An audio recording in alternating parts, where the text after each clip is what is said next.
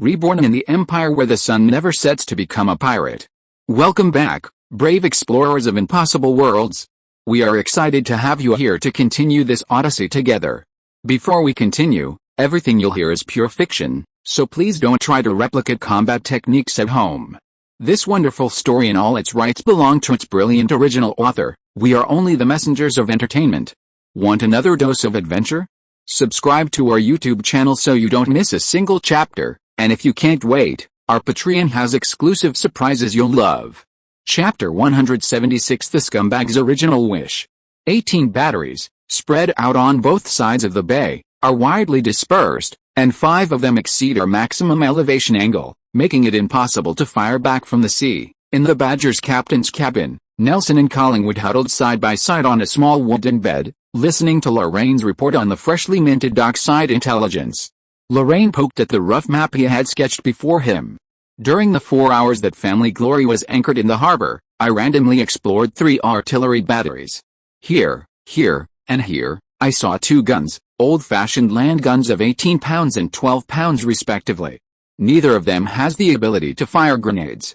This is probably the only good news. Collingwood touched a pancake. Drake, you mean, none of the artillery batteries here can fire grenades? I can only say that this is a guess with a higher chance of winning. Nelson waved his hands irritably. Naval guns cannot defeat artillery batteries, not to mention just taking a beating without fighting back.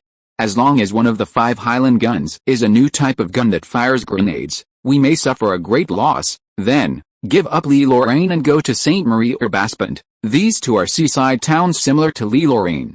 St. Marie is a commercial port with a large population and a prosperous economy, but its sea area is not open, and the reefs on both sides hinder the composition of the battle line and are not conducive to the fleet's firepower advantage.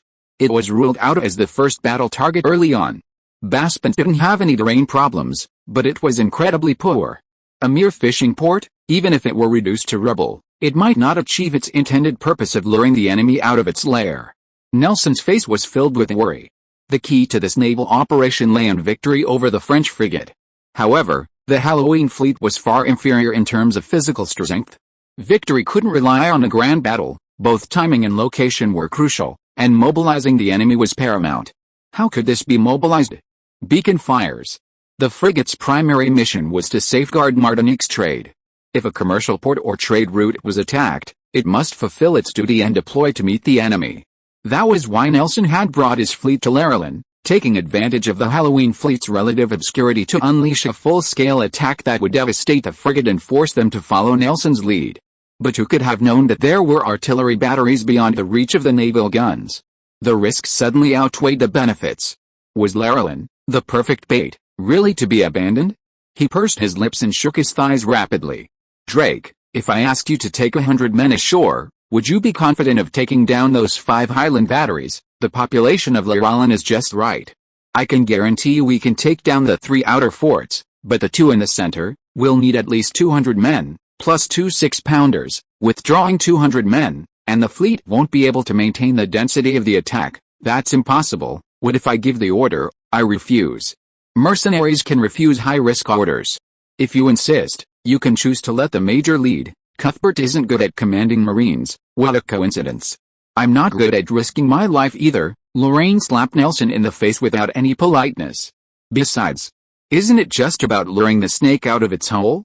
If one vole isn't suitable, why not just replace it? Replace it? Could it be the Lucky Horseshoe? The Lucky Horseshoe was a brig class VI frigate belonging to the French Atlantic Defense Fleet stationed in Martinique. Captain Nessie Childney, 29, was unmarried and handsome, making him popular with the ladies of the upper class on the island and throughout the French colonies in the Caribbean. There were numerous stories about his romantic affairs. Spies ashore collected 2 large sheets of parchment in just 4 hours, containing over 20 pieces of information, yet could not find a single anecdote that was not sexual. In short, he was a formidable humanoid self-propelled artillery piece. Even Acheron, who had been abstinent for several days, was willing to call him a formidable rival. Capitalizing on his reputation as a French romantic, Captain Childney thrived within the defense fleet, frequently using public vessels for personal purposes, piloting the Lucky Horseshoe to pursue prominent ladies, and this time was no exception. His target was the 16-year-old daughter of Sir Priori, the speaker of the Lee Rowland District Council, the renowned Miss Emily. This young lady had just held her coming-of-age ceremony this spring, officially entering the upper class. It's said that she was flooded with marriage proposals, so much so that Sir Priori had to host a second private ball specifically for her, announcing to the entire Martinican society that she would not marry before her 20s and longed for sweet love. And then, the suitors intensified. Strangely, despite this increase in suitors, including many young men from all walks of life, Miss Emily retreated into seclusion. She stopped frequenting balls and increasingly avoided courtship. For over 2 months, no one had truly been able to make love to her, and even those who succeeded in getting her out of the mansion were few and far between. This Miss Emily finally captivated Captain Childney. Despite the raging battles in the Caribbean and the turmoil in the Atlantic, he sailed his warship out of the harbor and, following the flower vines, arrived at the Rose Estate at Laurels. This is the intelligence. Lorraine, Nelson and Collingwood looked at each other, all of them with expressions of being struck by a stroke. Who collected this intelligence? Collingwood coughed awkwardly twice. It was my first mate who cooperated with Drake to carry out land reconnaissance. He did a very meticulous job. 4 hours, no, 6 hours. Lorraine gritted his teeth. Your first mate only had 6 hours, and then he got this intelligence. Does the Major really think this motive report is detailed? Can such a scumbag really become a French naval officer? Maybe. The national conditions are different. If it were France, Lorraine was about to refute, but suddenly the suave and smirk of Atrin emerged in his mind, and he was immediately speechless. Nelson looked at him curiously. Drake, you've been to the island too. Did you remember anything? Not really. Lorraine shook his head wearily. Never mind. Let's go to my ship. This kind of specialized intelligence analysis requires experts, and we can't do it. A moment later, the three of them transferred to Lorraine's Golden Hind and slapped the intelligence on Atrin's forehead. Atrin's face was filled with excitement. Really, huh? The information is true. In the past few months in the Caribbean, I've heard of Nessie Childney more than once. He's a fine man, and like me, a hopeless romantic. Amidst his resolute shouts, Lorraine vaguely heard Nelson's chest crack. Dream shattered, Lorraine gently poked Nelson's arm. Nelson shuddered anxiously.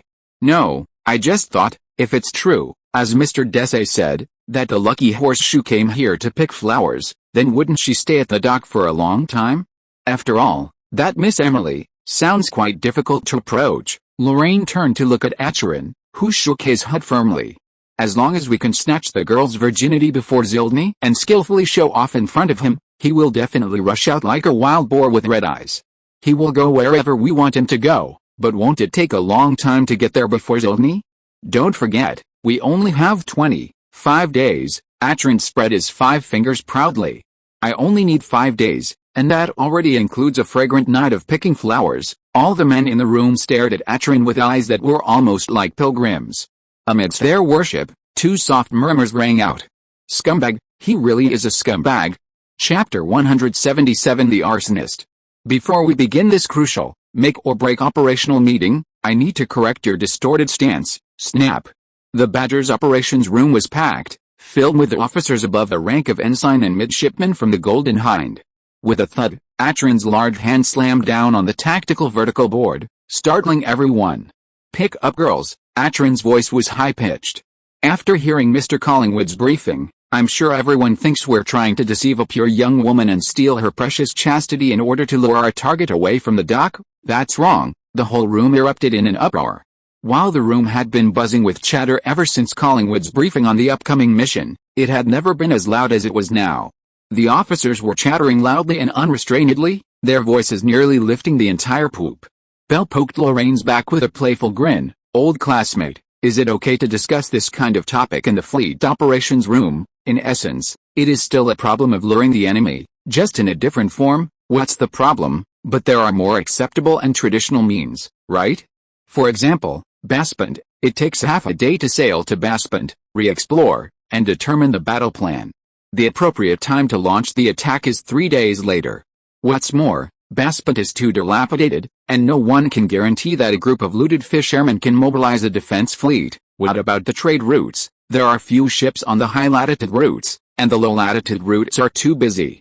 It is difficult to select a fleet of suitable size in a short time, So you let the entire fleet come to assist Yazha in seizing Love? What if he fails? 6 days anyway. Even if Atron loses, there is time to formulate a newly Francois attack plan. Strong attack. Bell raised his eyebrows in surprise. With a powerful fleet and a well-equipped naval port, if the Golden Hind refuses to die, they'll likely lose more than they win. And even if they win, the chances of the Badger and the Wasp returning to Barbados simultaneously are vanishingly small. This is what Nelson and I agree on, a consensus between the practical and academic Naval Academy? The weight of this jealousy is truly immense, the operational timeline was tight, and there was no opportunity to lose. As Bell had teased, in the minds of Nelson and Lorraine, Atron's flirtation was truly of grave importance.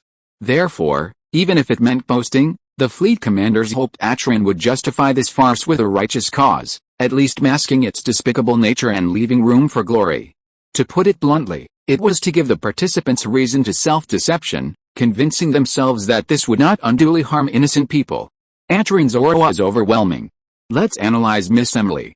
A lady from a prominent family, when she first came of age, her family had already held 2 parties for her, the first for her coming of age and the second for her rejection of marriage. Is this the lady's original wish? Of course it is. Young ladies yearn for love, which is the same for the world. The key is, what kind of love does she want? Marlowe's degradation, Shakespeare's taboos, or Rousseau's romanticism. No matter what, she can't imagine a dull life, because every French lady valued by her family is cultivated by a famous socialite. Beneath their skin is an incurable romantic. And the cracks in their romance are filled with the interests of their family. Profit and desire are the only 2 themes in the emotional life of a wealthy lady. Now it's time to get back to the topic. Gentlemen, suitors and the beloved, what are we pursuing? The rigid British treat love as a verb, a process, not the root.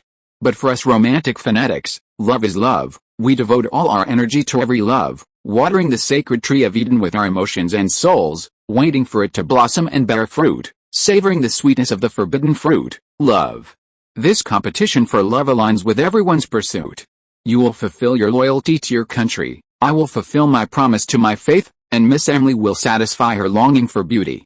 Furthermore, through this grand competition, she will rise to fame in high society, her worth multiplied, and her fame will spread like wildfire. Only poor Zernd is destined to lose everything, but he is her prey. Gentlemen, an enemy is an enemy, and whether he falls into purgatory or hell is none of our business. Silence, shock, and a gaze.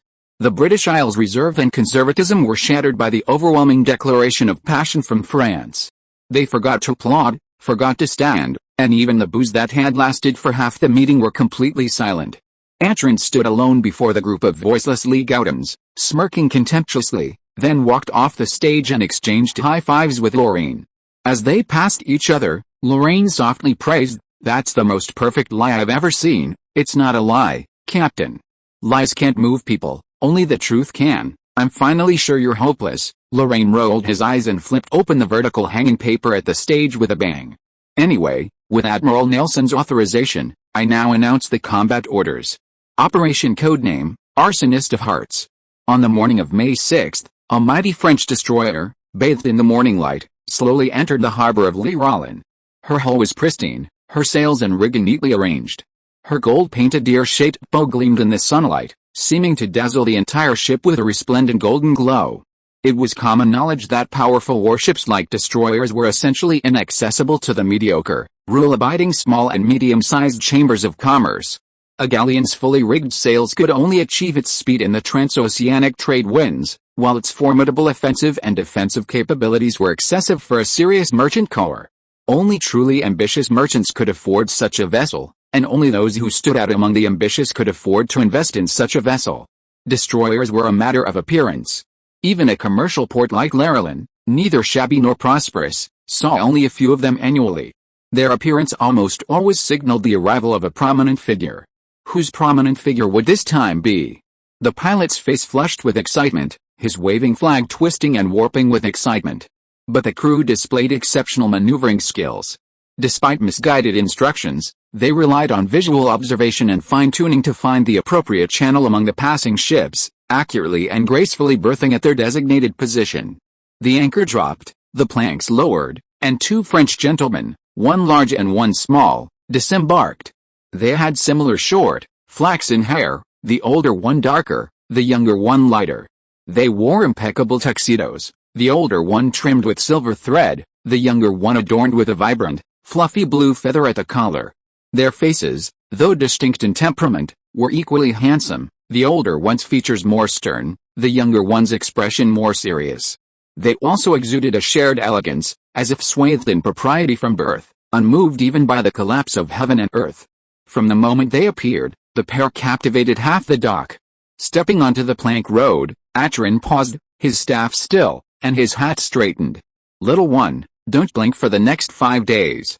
You know, I'm about to teach you something our virgin captain might never be able to teach you in his lifetime." "I won't blink," Pierce said, standing a half step behind. "Sister Hannah told me to tell you that if I become bad, she'll have the king castrate you." Hey.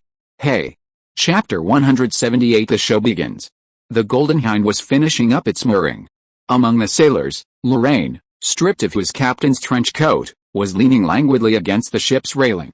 From this vantage point, one could barely turn to see Atron and Pierce's performance on the dock. The view was expansive and the location was perfect. With milk tea and a binocular, it could have been a top-tier VIP room in a theater. Two dramatic figures, one large and one small, were chatting and laughing as they stepped onto the dock, nonchalantly approaching the unfortunate pilot, who was drowning in self-loathing after giving the wrong instructions. A moment before they collided, Atron spotted the pilot's presence perfectly. A warm, distant smile spread across his face, and he stood still, smiling and bowing. "I'm so overjoyed to be back here. Apparently, I got a little carried away and nearly disturbed you." No, sir." The pilot was so nervous he was at a loss for words. Sir, the flag order just now, it was a very good one." Atron's voice softened. "Your movements were powerful, and your pauses were sharp. As for the slight deviation, there's no need to worry about it. How could it be? If it weren't for your crew's prompt intervention, I'd have been, but if that hadn't happened, right? Young people make mistakes, and even God will forgive them." Comforting the poor pilot, Atron smiled as he removed his gloves. Pierce took a half step forward to take the gloves off, then stepped back, resting his left forearm across his abdomen. With his right hand, he flattened the glove and gently placed it on his left arm near the wrist, remaining motionless. This was a highly precise servant's technique, using his left hand as a hanger and his right palm as a hook to temporarily store his master's clothing. This seemingly simple routine actually required considerable training, physical fitness, reflexes, and knowledge. With the simplification of aristocratic etiquette in the post-Middle Ages, it rarely appeared in daily social interactions, and ordinary people had no chance to see it.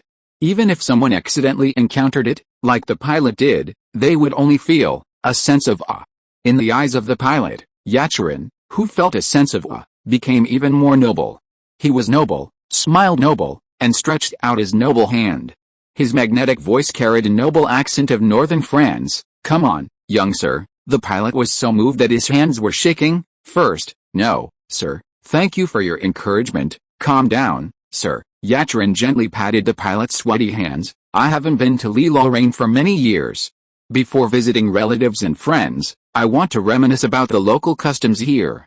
Do you have any good recommendations?" Roland Warm Pie on New Street, their fruit pie and hot cocoa are famous, and there is also Sally's Tavern. His homemade rum has a unique recipe, and you can't drink it anywhere else. Fruit pie and rum. This place really hasn't changed at all." Atron smiled faintly. "Thank you for your recommendation. See you again if we have the chance." He let go of the pilot, and Pierce immediately took out a handkerchief to wipe his hands, and helped him put on gloves. During the process, his upper body did not shake at all. The pilot was so blinded by the glare of this noble and affected elegance that he could barely open his eyes.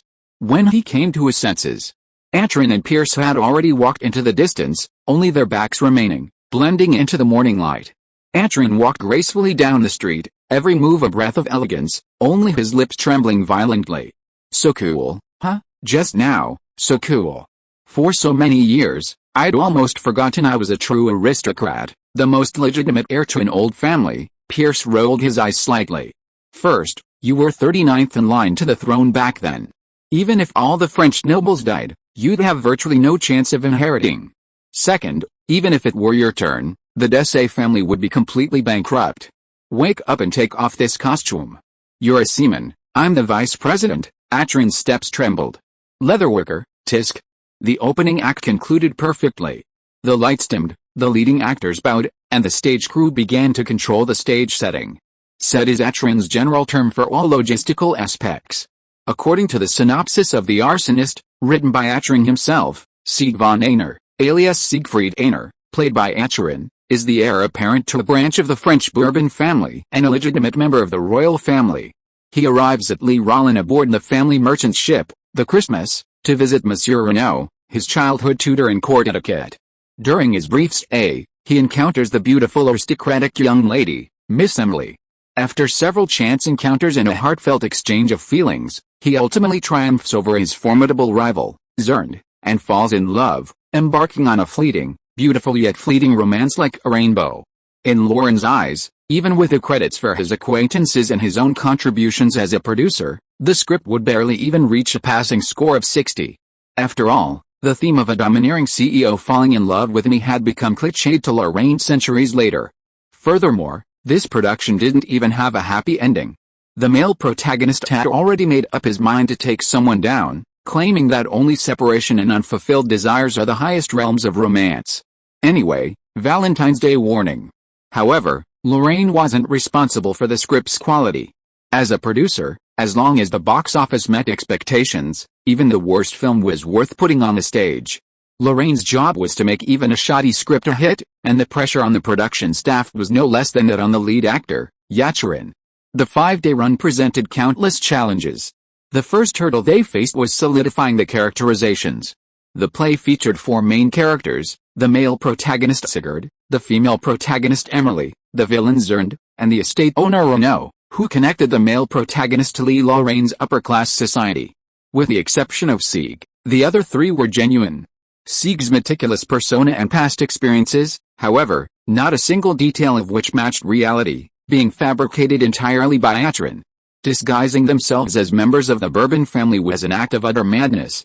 If they were in Europe, such an act would have landed them collectively on the gallows. But in the Caribbean, the situation was different. The pursuit of both the Golden Hind and Sieg's identity would have required a vast voyage across the ocean, taking at least 2 or 3 months round trip. By then, the Battle of the Windward Islands had long since concluded. And without the technology of fixed-image technology, all accusations were mere speculation, posing no threat to the participants.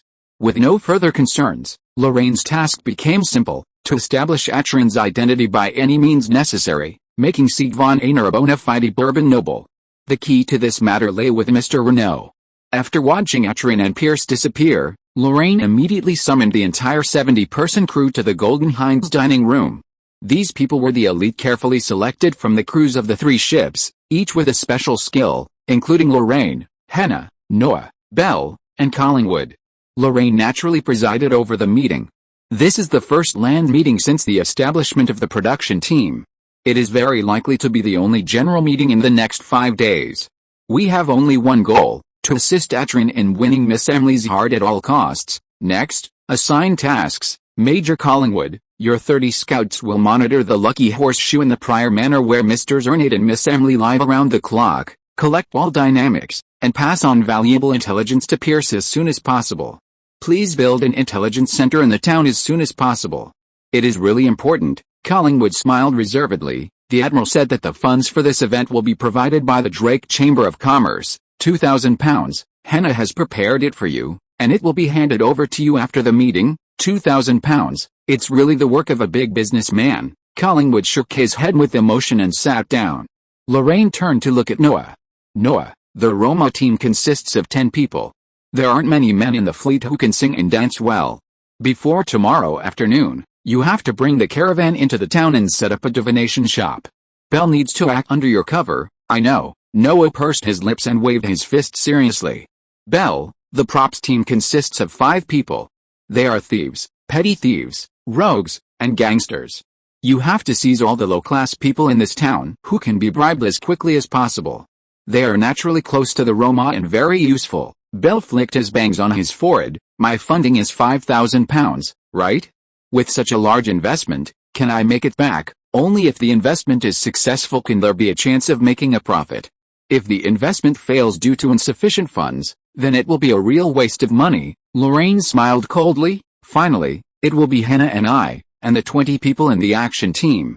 We will go to Renault Manor. Gentlemen and ladies, the show is about to begin. Chapter 179 Day 1, Touching Friendship Between Mentor and Disciple. The morning sun was high in the sky, the earth warming, and the evaporating dew draped a thin, paper-thin morning mist over the sparse woods on the outskirts of Lorraine. This mist was the curtain of an ecological theater.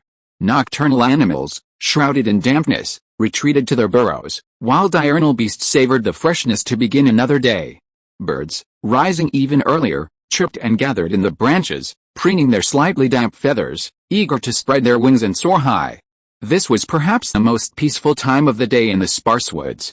However, today, this rare tranquility was suddenly shattered by the sound of horse hoofs. A massive cavalry column rolled in from the direction of the town, forming a loose formation, leaping from the horizon in a whirlwind of dust, and galloping along the forest path towards the nearby Renault Manor. Wild animals fled in panic, and resting birds became terrified. Panicked birds, not even caring where to go, plopped into the treetops, flapping their wings, hoping to soar into the sky. Feathers flew everywhere, and birds, knocked unconscious, plopped down in the soft leaves. Fortunately, passing beasts paid no attention to the delicious food on their way. Coyotes and rabbits huddled together, foxes and wild boars huddled together. They wanted nothing more than to escape from those nights, from this disaster. Lorraine, whip cracking, charged at the spearhead of the cavalry. The lithe Henna trailed only half a length behind him. She hid her face behind her scarf, her lips pursed, only her emerald eyes gleaming with indescribable focus and earnestness. The cavalry raced through 2 forking roads at lightning speed, and a third was already visible in the distance. Lorraine turned and called to Henna, "Lorraine isn't big. Atron can only buy us 2 hours at most. Split up at the fork ahead. Henna, take 10 men and take a detour, infiltrating from the side. If negotiations fail, we'll wipe out the enemy and take over, got it? Be careful." Henna waved her hand without hesitation, instantly separating half of the cavalry from the main force. The knights formed into 2 separate teams, forming a distinct spindle shape. They separated further and further until they reached a fork in the road, suddenly splitting in 2. Henna led the second team, accelerating along the main road, preparing to sneak in, or rather, break through, the manor's western wall. Lorraine led the first team into the fork, which led to the flat, tree-lined path leading to the Renault Manor. The road ended at the manor's pristine white wrought iron gates. Bandits! Bandits! Enemy attack! A scream erupted from the woods. The pale-faced guards emerged, tumbling and crawling towards the manor. Within seconds, they were already far behind the galloping cavalry. Lorraine crouched low and shouted, "Ignore the guards along the way. Our target is the gate. Assault, shock, and slay the entire estate. As quickly as possible, we'll secure the surrender we need. Charge!" Ouch! Amidst the shouts, the cavalry increased their speed. These temporarily rented, inferior horses, normally used only as steeds, were pushed to their limits. They foamed at the mouths, and a few even stumbled. Their speed far surpassed that of a human, but the overwhelming dust still gave the estate a head start. The guards assembled scrambling, and the heavy iron gate slid shut with a harsh creak. Everything unfolded before Lorraine's eyes. 50 meters, 30 meters, 20 meters, 10 meters. The bolt snapped shut with a thud. Lorraine grabbed his horse's neck and leaped to his feet, squatting in a T-shape on the galloping mount. "Draw your guns. Prepare for battle. Do not rein in your horses. Kill!" He leaped high, the force of his kicks crushing the galloping horse beneath him. With a scream, he fell heavily onto the hard stone pavement. Lorraine flew up, stretching in midair before rolling sideways under the stunned gaze of the guards and sailors. He gripped the hilt of the sword at his waist with a clang, twisted his waist, and slashed down.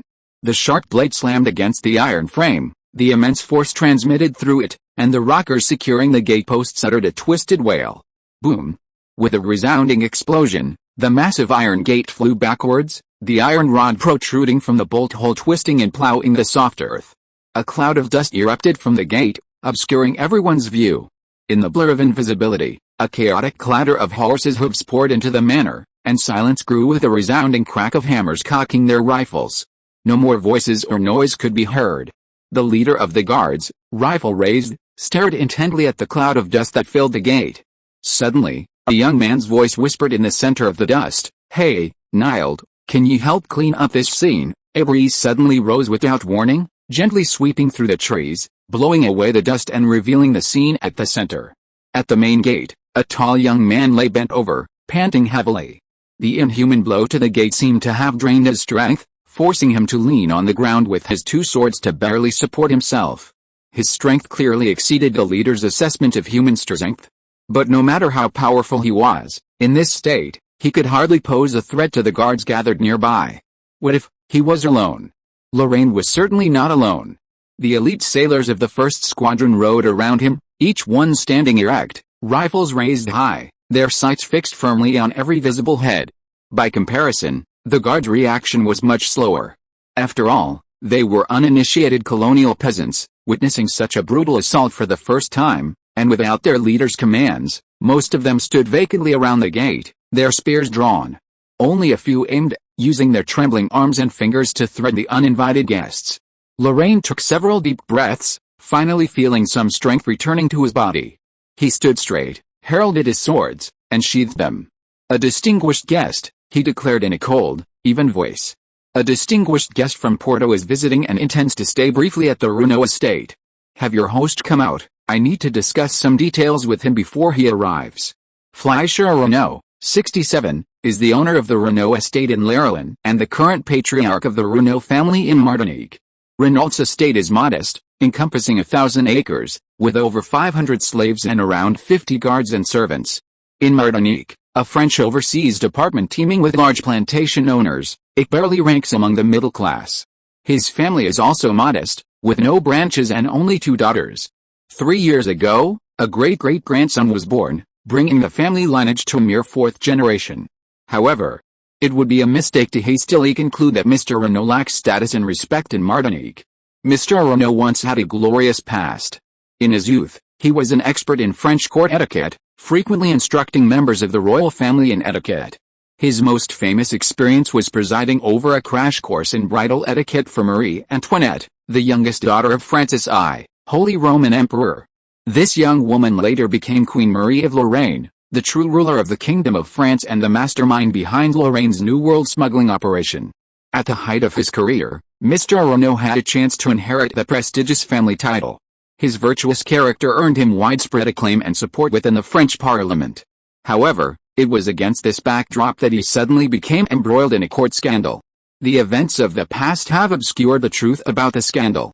Lorraine knew only the final outcome. He was exiled from his family and exiled to Martinique with his wife. With limited funds, he built the Renault estate he sees today, and for over 20 years, he lived a contented and idyllic life. The British colonial government's intelligence agency once considered him a highly suspected spy and established a dedicated intelligence team, producing one of the most detailed intelligence reports of any intelligence project.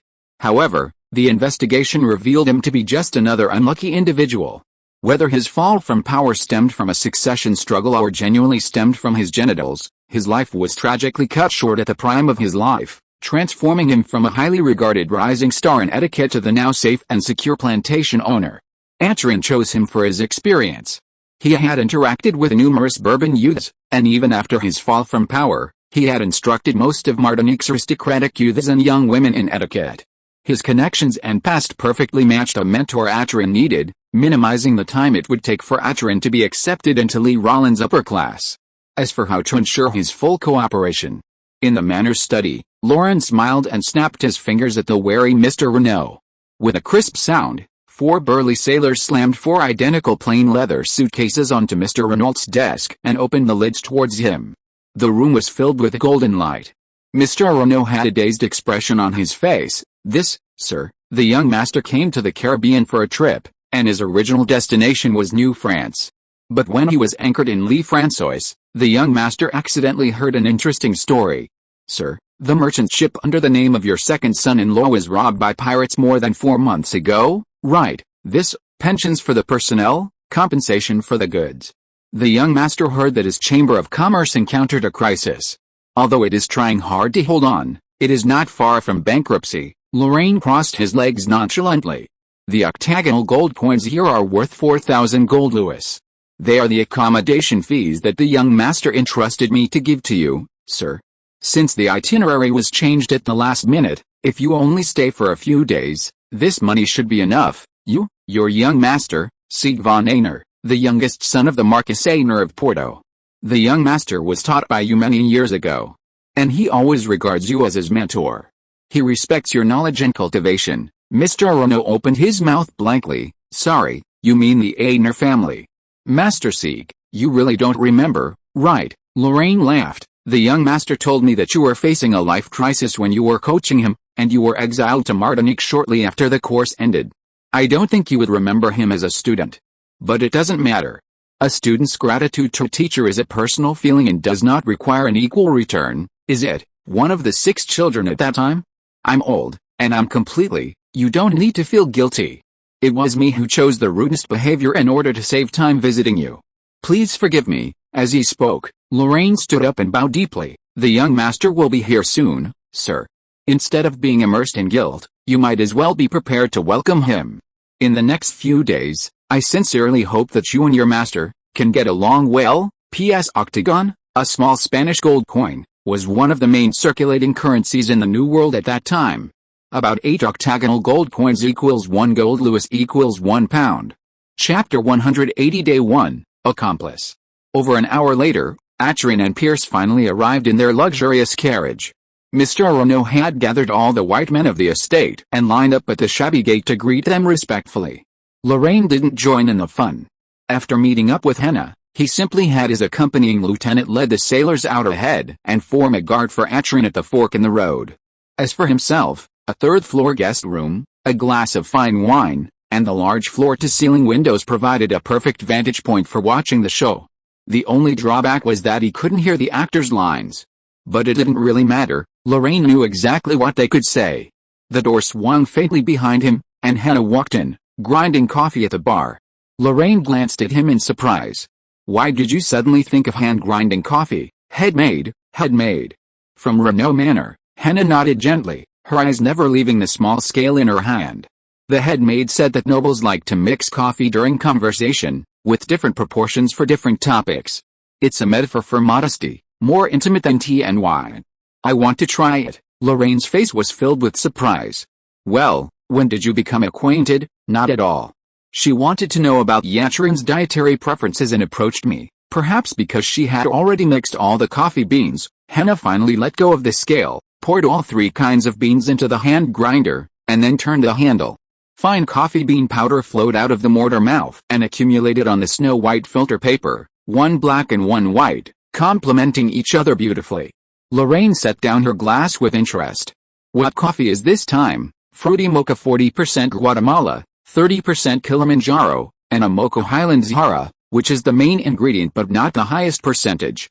Its aroma is rich yet subtle, perfect for those who control events without being too obvious. She set up the siphon stove, placed a filter cloth, added water, and lit the fire. Watching the water slowly draw into the filter, she poured in the coffee grounds, stirring gently with a stirrer every 15 to 20 seconds.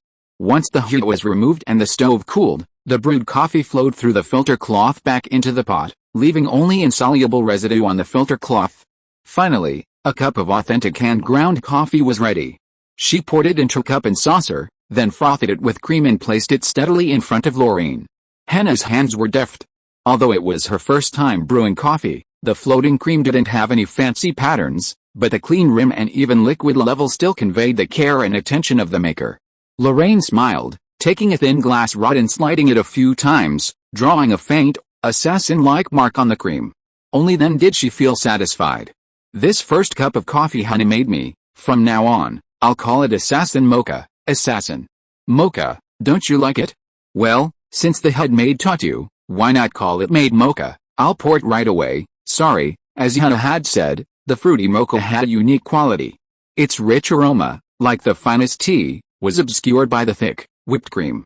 Besides the lingering fragrance, even if one sniffed closely, no trace of bitterness could be detected. Understated and reserved. Lorraine sipped his coffee, crossed his fingers, and smiled at Henna. I finished drinking. Can you tell me what's on your mind now? Henna turned her head subconsciously. It's not a big deal, it's just that good medicine tastes bitter. Lorraine frowned. Are you worried that I'm doing something wrong? You've gambled too much? Hina put away the cups and plates. Unlike cliff climbing and raiding, you have left too many unstable factors in Li Lorraine. What if the guards fight back when we attack the manor, kill a few, or a dozen? They are not professional soldiers. Deterrence plus enough blood are enough to make them abandon their duties and send Mr. Renault to me. What about £4,000? Why are you so sure that £4,000 can make Renault help us deceive the locals? What if, do you think £4,000 is a commission? Lorraine looked at Hina's anxious face with a smile and tears. From Mr. Renault's point of view, £4,000 is his reward for acting out this scene, isn't it? Zig's identity is fake. You also said that Renault made it clear that he did not remember teaching this student. Lorraine looked at Hina quietly, waiting for her to calm down. I vaguely feel that maybe you should be allowed to have more exposure to the affairs of the Chamber of Commerce. Chamber of Commerce, yes, the daily affairs of the Drake Chamber of Commerce, such as finance, assets, personnel, systems, etc. Don't avoid the topic. I didn't avoid the topic. In fact, if Carmen was here, she should be a better person to explain than me. She is very good at persuading people. Lorraine scratched his hair in embarrassment.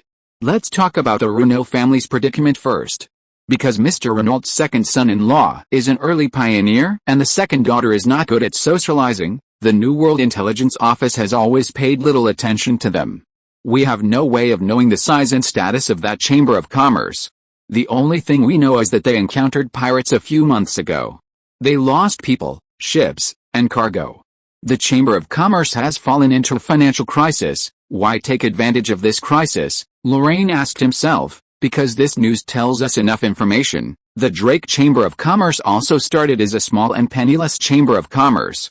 You should still remember the situation in Elgin and Southampton back then. As a shipping Chamber of Commerce, we make a living by the price difference between different places.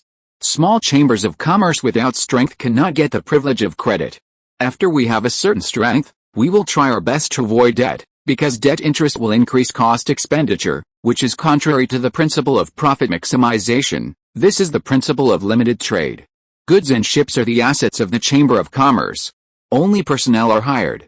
Even if there is a loss, it will only hurt the bones but not the muscles. However, intelligence tells us that the Chamber of Commerce's predicament includes compensation for goods, and they have exceeded the principles of limited trade. Under what circumstances would a Chamber of Commerce abandon the safe principles of limited trade? The answer is naturally opportunity. Faced with huge profits, the Chamber of Commerce decides to make a desperate attempt. Success means a huge increase in scale, but failure means a significant loss of vitality. In such times, merchants are no different from gamblers. We have experienced such high-stakes gambles before, from the decisive battle between the Cantabrian and French merchant fleets to the New Orleans smuggling contract we just signed. Both were beyond the capabilities of the Drake Chamber of Commerce at the time. The same is true of the Renault family's Chamber of Commerce. It can be surmised that they, through chance, obtained a batch of in-demand goods with extremely high returns. They have the manpower and transportation capacity, and if they were to sell them, the Chamber of Commerce would reap huge profits. However, they lack the funds, so they resorted to credit, risking the future of the Chamber of Commerce and the family's reputation, but in the end, they ended up losing all their money, assuming that their ships are the Scuona common only seen in the inland sea or the brigantine or brig, the main ocean-going ships, then the value of the goods they are betting on must be greater than £5,000, at least £5,000 of goods, plus pensions for personnel and daily expenses to maintain the Chamber of Commerce, but the loss of the main merchant ships has caused their income to drop sharply. The financial gap they have is so big that £4,000 is not enough to solve any problems, Lorraine concluded firmly, and smiled more and more proudly in front of Hina. Hina opened her mouth slightly. So, £4,000 is just a gift? Yes. An ordinary greeting gift, a suitable value for a student who has not seen each other for a long time and is not short of money to give to his mentor. Money is just the most appropriate form of expression at this stage. If Mr. Renault had not encountered such an unexpected disaster, the effect would be no different if it was replaced with fine wine or handicrafts. Hina became more and more confused. In this case, Renault has even less reason to help us. Who said he is helping us? Lorraine laughed coldly. First of all, the Marquis Heir of Porto. This family is real. He is a branch of the royal family, and there is nothing false. Mr. Renault's glorious past is also real, And his loss of power and exile are also real experiences. The intelligence also says that he is deeply respected in Martinique, is the first choice for etiquette and enlightenment in the upper class of Martinique, and has huge connections and influence. But are they true? A person with a glorious past and great influence is not a member of the Parliament of Martinique. He has not even been able to join the regional parliament in a remote place like Lorraine, and has no say in local affairs. He has been an immigrant for more than 20 years, with little assets and no prominent in-laws. His second son-in-law encountered a small crisis, but he was helpless to solve it. There are too many things to prove that he may really have a huge social circle, but both his connections and influence are fake. For the gentry in Martinique, his etiquette and knowledge are indispensable decorations for their children, but he himself is nothing. Lorraine stood up with a teasing tone, spread out his hands and drew two semicircles. Let us put ourselves in Mr. Renault's shoes. He was once glorious and noble, but after coming here, he lives a life without dignity. Recently, even the basic things like food and clothing have been threatened. At this time, a student who claimed to be a royal aristocrat appeared. The arrogant and powerful guards first rejected his idea of rejection, and the expensive gift immediately ruled out the possibility of fraud. There is also a big ship at the dock. He probably knows the existence of the Golden Deer now. Is Sieg's identity true? Does he hope that Sieg's identity is true? Or to put it another way, is it good or bad for him to admit that a student related to the royal family came all the way to the remote Lorraine to care for and help him? After hearing this, Hannah finally figured out all the connections. By acknowledging Sieg, Renault stands to gain immense prestige and enormous profits. The only risk is whether Sieg is real or not. But you've already told him we'll only be here for a few days. Even if someone with good intentions does verify his identity, by the time the results come back, will have long since vanished. He'll be just one of the victims.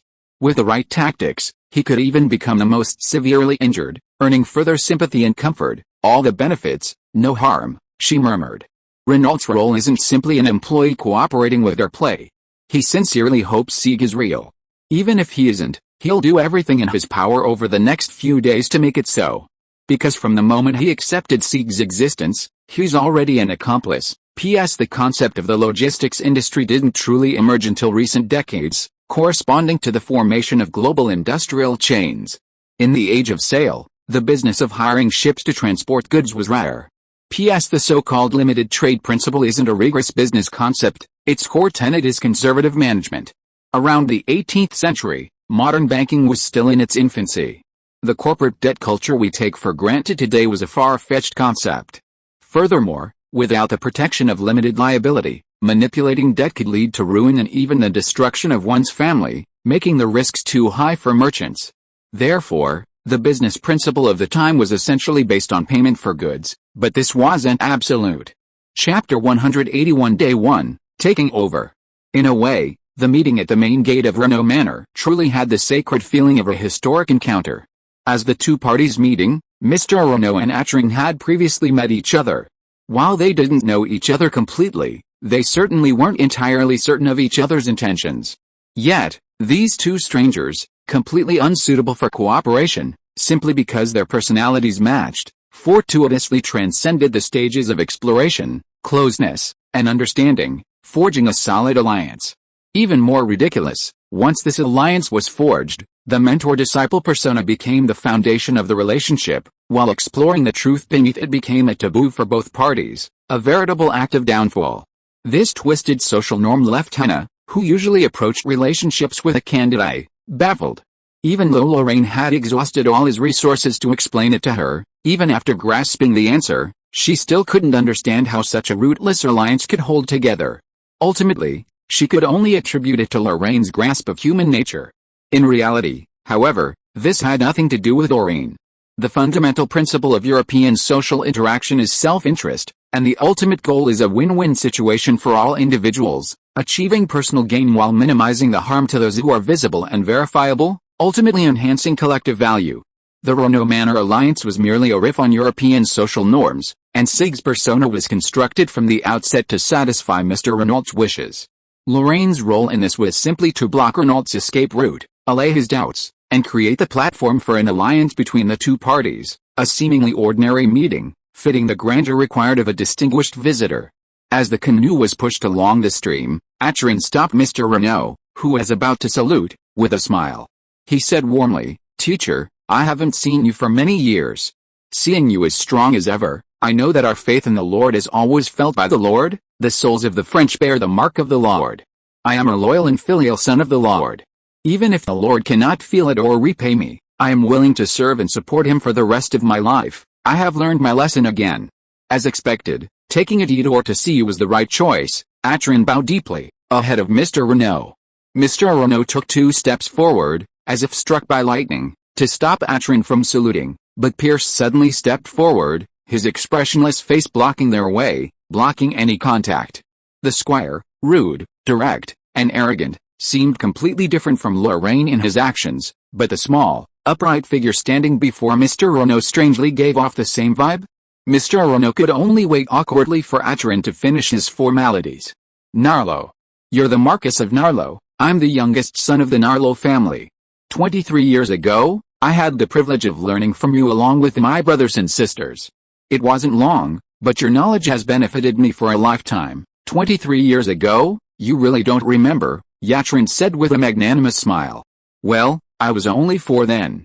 I wasn't your disciple, and my performance wasn't particularly outstanding." Mr. Renault felt increasingly embarrassed. His student had come to his aid in his time of need. Yet not only did he have no memory of him, but not long ago, he even suspected he had ulterior motives. Think about it, even if he did have ulterior motives, so what? A young man with a destroyer as his flagship casually offered £4,000 as a gift. Even if he truly had ulterior motives, his target couldn't possibly be the Renault manor. Why worry about it? Thinking of this, Mr. Renault lowered his head sincerely. "I'm sorry, you don't have to feel guilty." Yatron said the same words as Lorraine. "Thank the great Lord, I was powerless when you suffered injustice last time, but this time, I was finally given the opportunity to repay your kindness. This is the Lord's mercy, all glory belongs to the Lord." Mr. Renault made a cross on his chest. "Master Narlo, call me Sieg, teacher, or Siegfried is also fine. Saren said that I changed my itinerary at the last minute, and the middle name Fing is not suitable for outsiders to know. Saren is. It's this kid." Yatron gently pulled Pierce back to his side. "He is Saren, Baron Pettorio. Although he has officially inherited the title, the secondary council feels that he is too young, so they arranged for him to be my squire and placed by my side for aristocratic internship until he is 14 years old." Mr. Renault was even more shocked.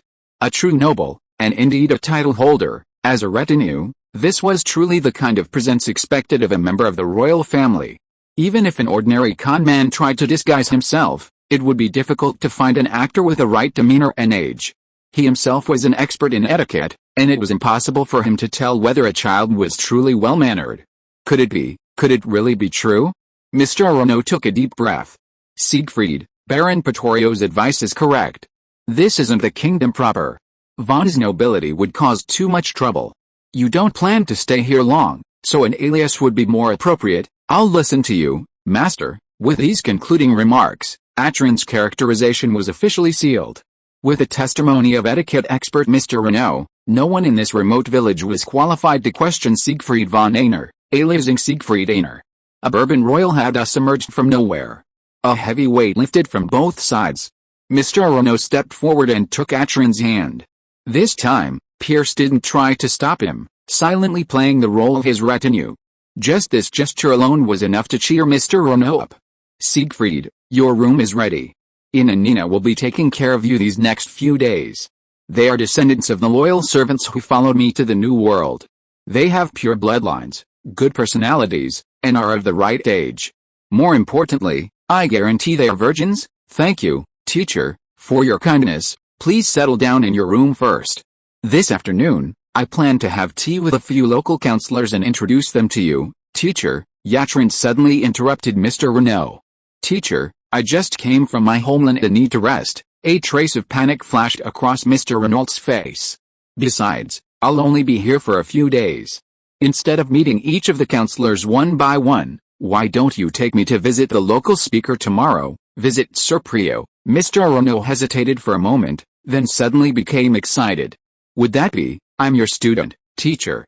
You don't need to treat me like an outsider. In that case, you should get some rest tonight. I need to meet Sir Prio first." "Thank you, teacher."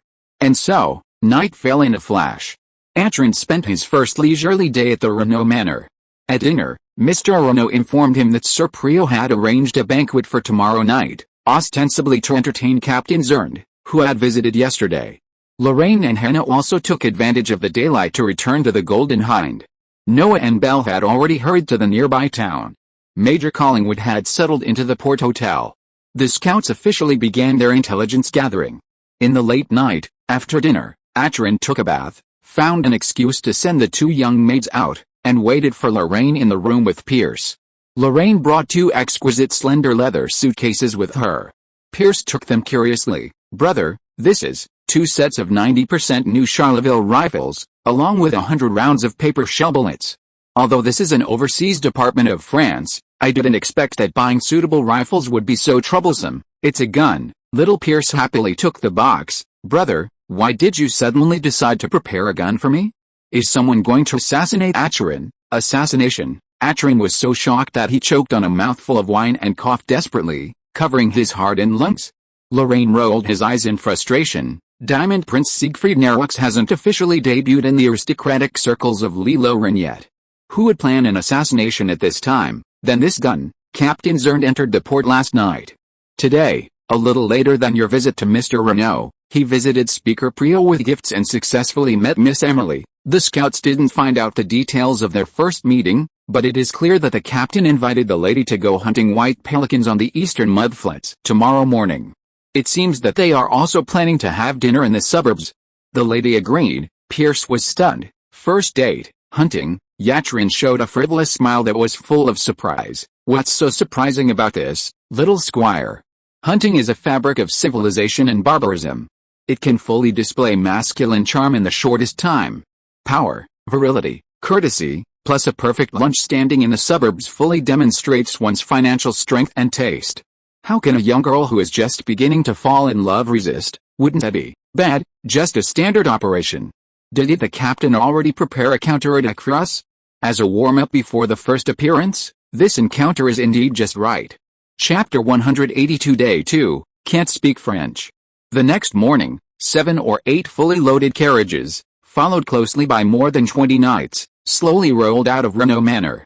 This wasn't a house-moving scene. Young Master Siegfried, new to the new world, wanted to while away the long hours before dinner by going to the seaside to experience the white pelican hunts unique to the Caribbean summer. This was a good idea. Mr. Renault was relieved that his student could pursue healthy hobbies, rather than indulge in wine and bed like those decadent aristocratic sons. But health often comes at a price. Last night, when young Master Siegfried came to brief Mr. Renault on his itinerary, despite repeatedly urging simplicity and understatement, his entourage, the small, word-thrifty Baron Pettorio, had slipped a travel itinerary into Mr. Renault's hands. It included a camp stove, a full set of cooking utensils, fine silver or porcelain tableware, spices, ingredients, fine wines, tea, coffee, deck chairs, smokeless charcoal, a parasol, and a tent. Also included were hunting dogs, a chef specializing in French cuisine, and his assistant cook. As befitting a legitimate young master of a royal family, this simple outing was several notches above the daily routine of the Renault estate. With only the resources at hand, Mr. Renault had no chance of completing preparations before dawn. He couldn't even muster a simple carriage. Mr. Renault was hesitant to go ahead. For a moment, he desperately wanted to act like a superior and persuade Siegfried to live even more simply, but just then, the leader of the guards, the one who had shattered the door with a single blow, appeared. Sent by the young Baron Pettorio, he kindly offered Mr. Renault that if the estate couldn't immediately prepare these little things, he could simply go aboard. The malicious sarcasm nearly overflowed. Indeed, even after more than 20 years away from Europe, those demanding retainers remained a most annoying and malignant part of aristocratic culture. Poor Mr. Renault, with no escape route, had no choice but to humiliate himself and mobilize all his connections, visiting 9 old friends one after another. Finally, before dawn, he had everything he needed ready and passed the inspection of that little scoundrel. At least, most of it passed. At dawn, the little scoundrel stood sullenly before the Renault family's prized bone china tableware, clutching a pure white silk handkerchief in his hand, wiping his fingers nervously. This inexplicable gesture lasted for a long moment, Then he beckoned the chief guard to his side and muttered something under his breath. The chief guard approached Mr. Renault sheepishly and said, "Sir, the Baron has sent me to thank you for your trouble this night. He says that while the quality of these things is somewhat poor, most of them are passable for the master's use, with the exception of the wine and porcelain, which are of utterly inferior quality." Mr. Renault's mouth twitched. His opinion? If it's his opinion, why should you be the one to convey it? Because he doesn't speak French. His malice overflowed. Mr. Renault was convinced that if someone cut this little jerk in half horizontally, he would be black from the inside out, just like the unbelievers raised by pagans in church legend. But Mr. Renault simply couldn't get angry. French society was structured so that the royal family and the rare French nobility formed the first class. The ordinary nobility, the core of the middle class, the wealthy like Mr. Renault, and the lower nobility, the third class, and the common people, workers, peasants, and vagabonds, the fourth class. Flattering the superiors and bullying the inferiors was a common French motto. Mr. Renault never imagined he could ever gain even a sliver of kindness from this little jerk. Moreover, those magnificent oriental Dauquet porcelains and 100 pounds worth of port wine. The precious items the guard leader casually pulled out reminded Mr. Renault that the little jerk's requests were simply ordinary, everyday life for Siegfried, and had nothing to do with his so-called troublemaking. Thank the almighty and merciful God, if it weren't for the little jerk, he would have almost forgotten the true nature of the class divide. Mr. Renault prayed as he watched the hunting caravan slowly sail away. He suddenly began to anticipate tonight's banquet, his renewed assault on the upper world after 30 years. Dress. Go get my best dress, along with my pocket watch, gloves, sword, feathers. Examine them all with a magnifying glass. Tonight's banquet must be flawless. Meanwhile, the hunting caravan. The dashing Atron rode at the head of the procession, atop a pure white steed. He wore a brand new riding uniform, its iridescent hues resembling those of a budgie, a specialty of the South American jungles. His short, flaxen hair was curled naturally with a curling iron. The two maids were skilled in this art, and their skills in bed were equally impressive. Behind him, Lorraine, Henna, and Pierce followed Atron in an inverted T-shaped formation. Their attire remained the same, but their steeds had been replaced with Native American horses. Not only them, but the entire cavalry had already returned their inferior horses to the leasing company. The current horses were kindly sponsored by Mr. Renault. Although it wasn't indicated on the list, Mr. Renault had taken it upon himself to believe that only a handsome, tall, and strong horse could match Siegfried's elegant demeanor. This place was still far from the eastern huts, and word from the city indicated that Zheng and Miss Emily were still preparing for their journey. Therefore, the team took their time, and Lorraine and the other three strolled leisurely, chatting casually. Little Pierce frowned. "Brother, why did you tell Mr. Renault the truth in the early morning?" "The truth? What did I say? That I can't speak French?" Henna chuckled. "Did you say that?" Lorraine had to nod innocently. "Look, an ordinary French noble, Baron Pretorio, can't speak French. Mr. Renault won't believe it anyway. It's just a matter of saying it." Pierce dismounted angrily. "What if he believes it, Pierce? French and Spanish are the common languages of the upper class and are as important as English. After experiencing this, you should know your shortcomings." Lorraine frowned and began to preach. This matter was prepared in a hurry. The only ones on the Golden Deer who can speak French fluently are Atron and me. Carmen, Karen, Daniel and even Wang Yi are not on board. This is our weakness. Sailors who act as guards can establish a strict and taciturn personality for themselves, but you, a close bodyguard, can't do that. You are not a mute. This problem must be solved in advance. What's the best excuse? Our great ancestors taught us that the best excuse is to let the other person make his own. You're conveying your message through me when you should be talking, and Mr. Renault will find excuses for this unnatural behavior. Whether it's because he thinks you're shy, timid, scheming, arrogant, or even just disdainful of him, whatever it is, you'll have ample reason to remain silent in the rest of the social interaction. As for the reasons, the gentry of Lorraine will come up with their own reasonable explanations. Have you really thought that much? Lorraine shrugged non-committally, neither admitting nor denying. Atron, who was ahead, pulled back a half step and interrupted. "Captain, are you still going to let me have my way with the Eastern turf?" Lorraine sneered. "Go ahead, polite Master Siegfried. I believe you're an expert at picking up girls. As for the negative impression you'll leave on the men in this town, with your design, I can't think of anyone in this town you'd need to be restrained and low-key with." Hero, we agree. If you are listening to this novel on a channel other than Fanfic World, it means it was downloaded and re-uploaded without effort. We warmly invite you to visit our channel, Fanfic World. There you will find the original version of this story and many other novels of various genres. We look forward to seeing you dive into a world of incredible novels.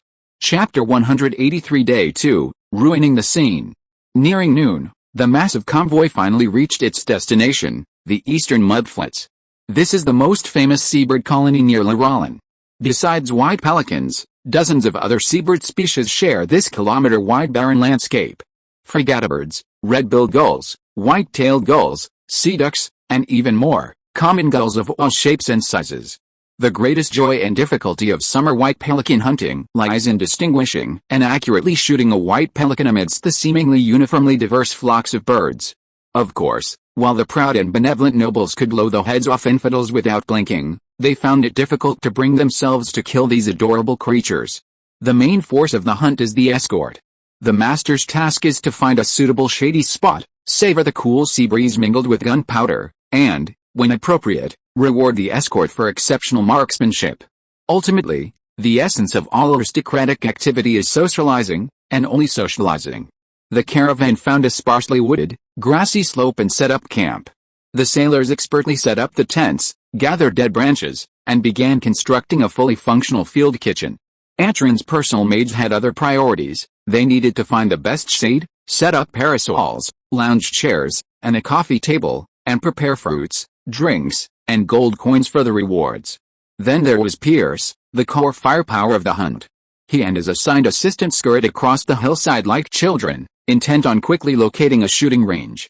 Since joining the Chamber of Commerce, young Pierce, now entering puberty, had grown considerably taller in the past 6 months.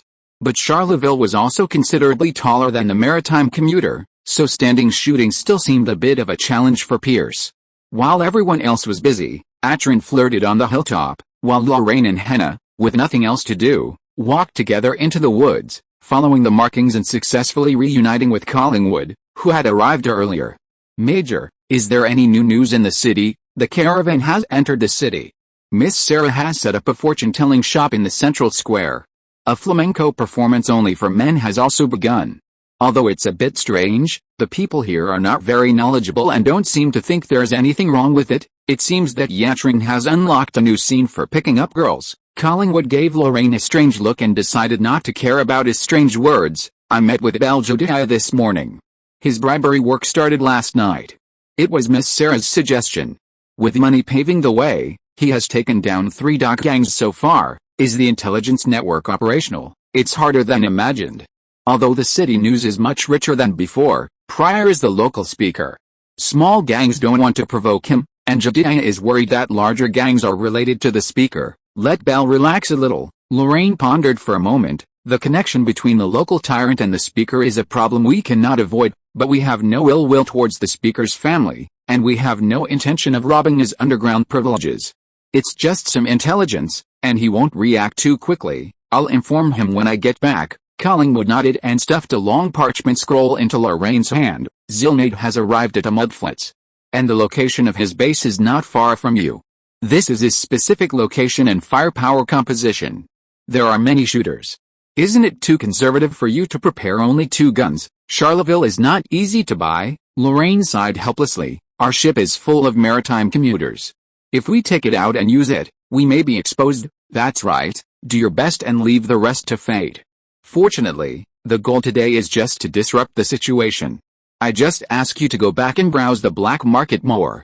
Until the end of the operation, it's better to have more good things like Charleville. Understood? After exchanging information, Collingwood disappeared into the woods.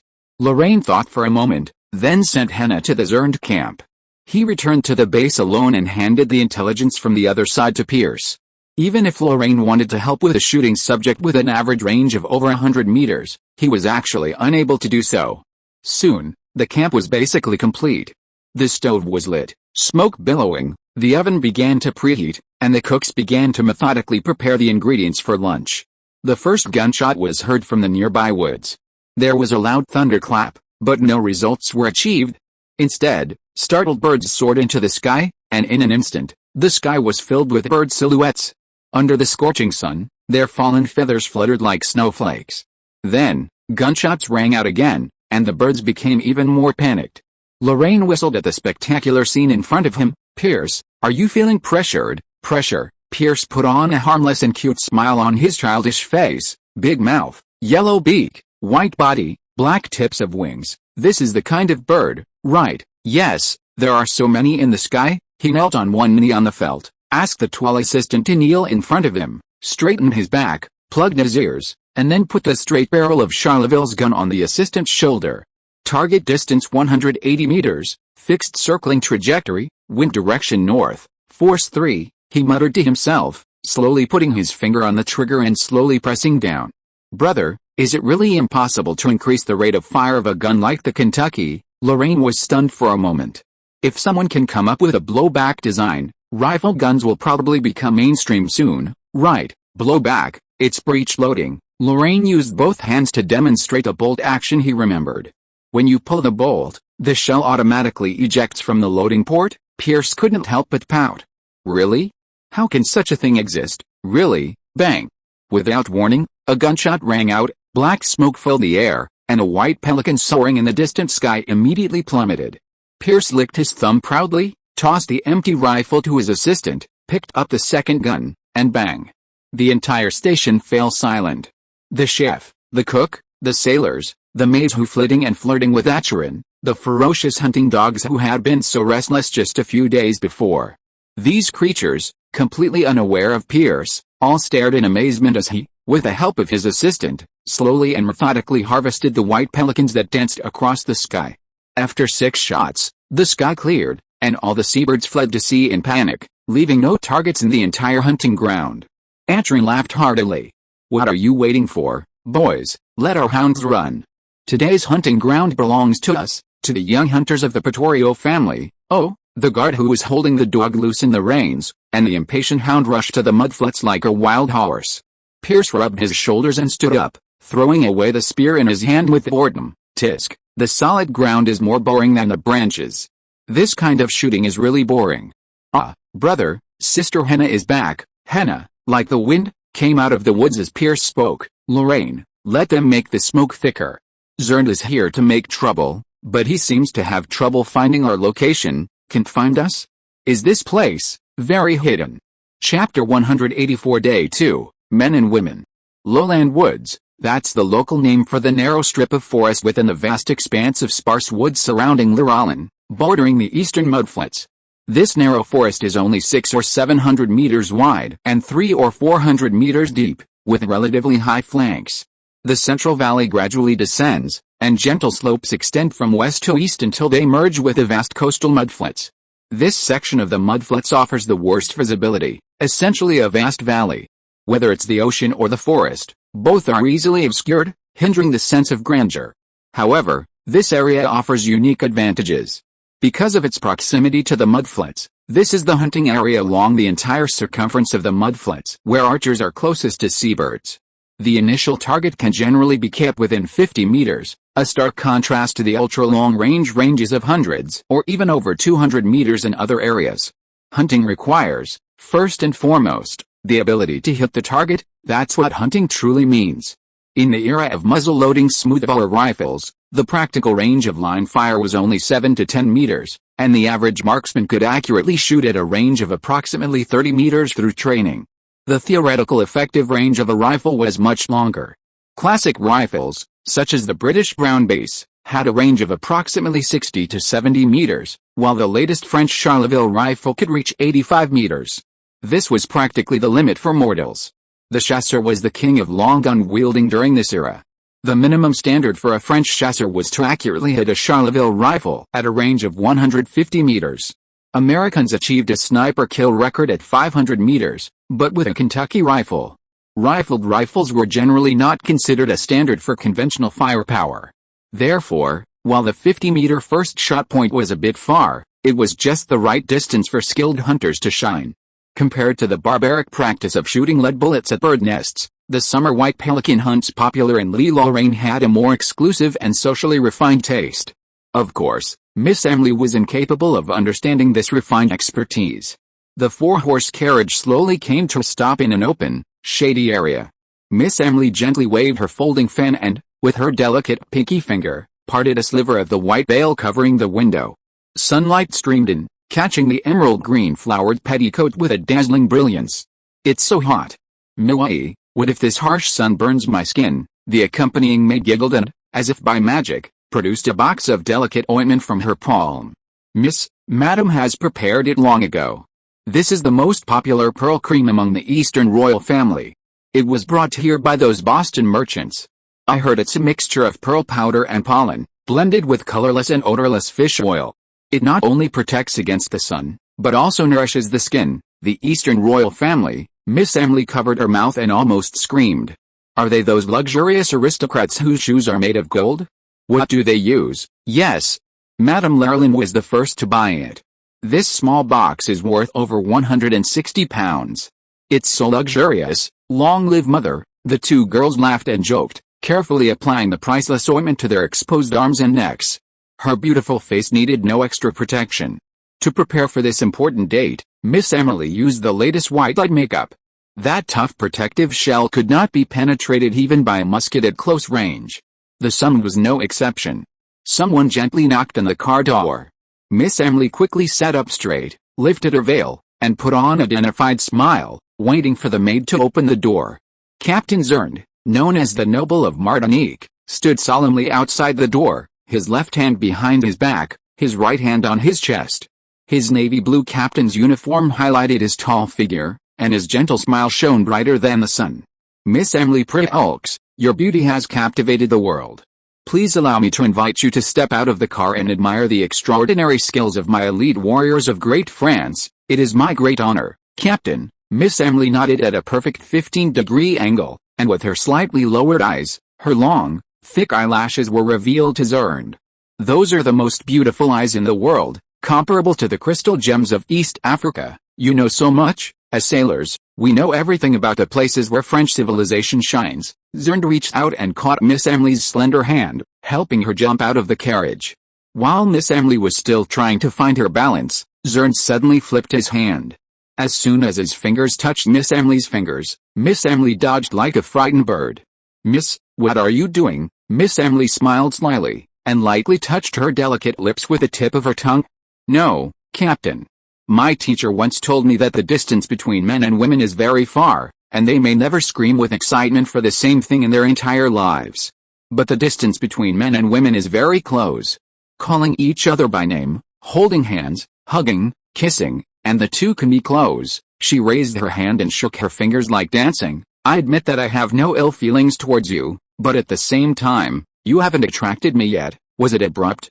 "I apologize," Zheng bowed again. "Please allow me to make up for my mistake with today's rich itinerary. Thank you. On this beautiful coast, we will enjoy a leisurely midsummer afternoon.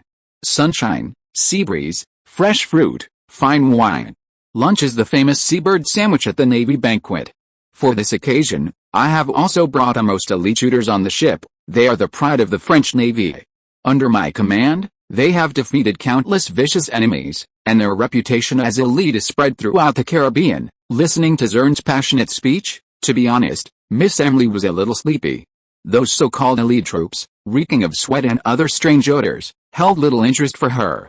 Fortunately, Zheng, commanding such a group of soldiers, was becoming quite interesting to her. Power is a man's precious jewel, and both the costly and the jeweled form are Miss Emily's favorites. She knew how to handle such situations. With this thought, Miss Emily opened her folding fan to shield her mouth and sighed in mock surprise. "Captain, are these sailors the best fighters in the world?" "Of course they are," Zheng smiled proudly, "with their feet on the strong wind and huge waves, rolling on the bumpy deck. As long as they get within a deadly distance of 30 meters, my soldiers can use lead bullets to blow off the enemy's skull. They are the world's top sharpshooters. They are invincible even on a shaking warship, let alone a group of wild birds living on land. With such loyal soldiers, you will definitely have a bright future." "Right, correction, I will." Zheng kissed his fingertips and showed his rank to Miss Emily, a 28-year-old major with an undefeated record. "I am destined to become a general and will sooner or later stand before the king wearing a noble crown." Miss Emily looked longingly. "I really want to see such a grand scene with my own eyes." "You will see it," Zheng stepped forward and put his arm around Miss Emily's waist. Miss Emily, with a sweet giggle, dodged again, gesturing to the already constructed shooting platform. "Let's enjoy the hunt, Captain." "Emily's hungry, hunting, Zheng laughed awkwardly. "Today's prey is a bit cunning." With a single command, the hunt began. The archers lined up along the mudflats, each standing in a position to scan for prey. White pelicans, gravitating towards the sea, disliked the dry end of the mudflats.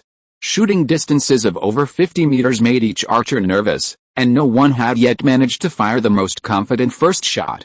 Bored, Miss Emily's patience gradually wore thin. Zheng watched, his expression growing cold. He called his lieutenant to his side and whispered, "If you wait any longer, my prey will escape." "Lieutenant." "Yes, sir." "I'll go and urge them." Urging, impatience, and lack of preparation. Under the increasing pressure, a shooter finally fired the first shot. Bang! The lead bullet flew out, deviating after a distance of more than 20 meters, drifting further and further away, perfectly avoiding its target and striking a prominent rock on the mudflat. A flock of birds took flight. The chaotic clattering of guns alerted the other shooters on standby, and a burst of gunfire rang out. Naturally, no one was hit. Miss Emily opened her mouth silently, then quickly adopted a perfectly balanced expression of admiration and ignorance. She took Zheng's sleeve and timidly said, "Captain, the wind is so strong. The wind, this damn wind." Zheng's heart was suddenly filled with inspiration. "This damn wind is really disturbing." "Sorry, miss, the sky is full of wild birds flying around. To avoid harming the innocent, we can only wait patiently for a while." "You are very kind, we are soldiers. If we abandon kindness, aren't we no different from wild animals?" Zheng's confidence suddenly returned, and he racked his brains, trying to save his reputation. "Miss, you probably don't know that shooting at the seashore is always full of surprises, just like this gust of wind. In such strong winds, even the best archer can't hit the target. Wait for the wind, wait for the waves, overcome everything, that's..." Bang! A gunshot rang out in the distance, and a soaring white pelican plummeted. Miss Emily stared, stunned, and instinctively blurted out, "Hit it." Zheng nearly fainted, taking several deep breaths before he could barely continue the conversation. Nothing is absolute in this world. A moment of luck is admirable, but if you mistake it for strength, bang, bang, bang, bang, bang, bang. Another 5 shots rang out, steady and rapid, each one killing a pelican, each one scattering the flock. When the gunfire died down, the birds in the sky disappeared. The sky above the mudflats was filled with danger. Even though it wasn't hunting time, they were willing to take to the sea to survive. Miss Emily tilted her head to look at the clear sky, forcing a considerate smile. "Captain, my mother once said that red wine and bread are the ultimate delicacies. Perhaps God just doesn't want us to miss out on these delicacies." "Perhaps that's the case." Zheng gritted his teeth, gazing at the invisible source of the sound. "But such delicacies require external aid. Let me think about a gallows." Chapter 185 Day 2, Base Running Expert. It was like a farce that made one laugh and cry. The target was within reach, and the first contact was imminent. Yet, at this crucial moment, a huge problem, one that had never been considered before, suddenly jumped out at Lorraine. What if the enemy was so foolish as to fail to lock onto them during Pierce's shooting phase, making it impossible for them to reunite? Was there any point in continuing this drama? It seemed possible. Lorraine first ruled out the option of a collision, because, by design, they shouldn't have known of Zheng's existence until now. Then, he further ruled out the option of arranging for the guards to be captured.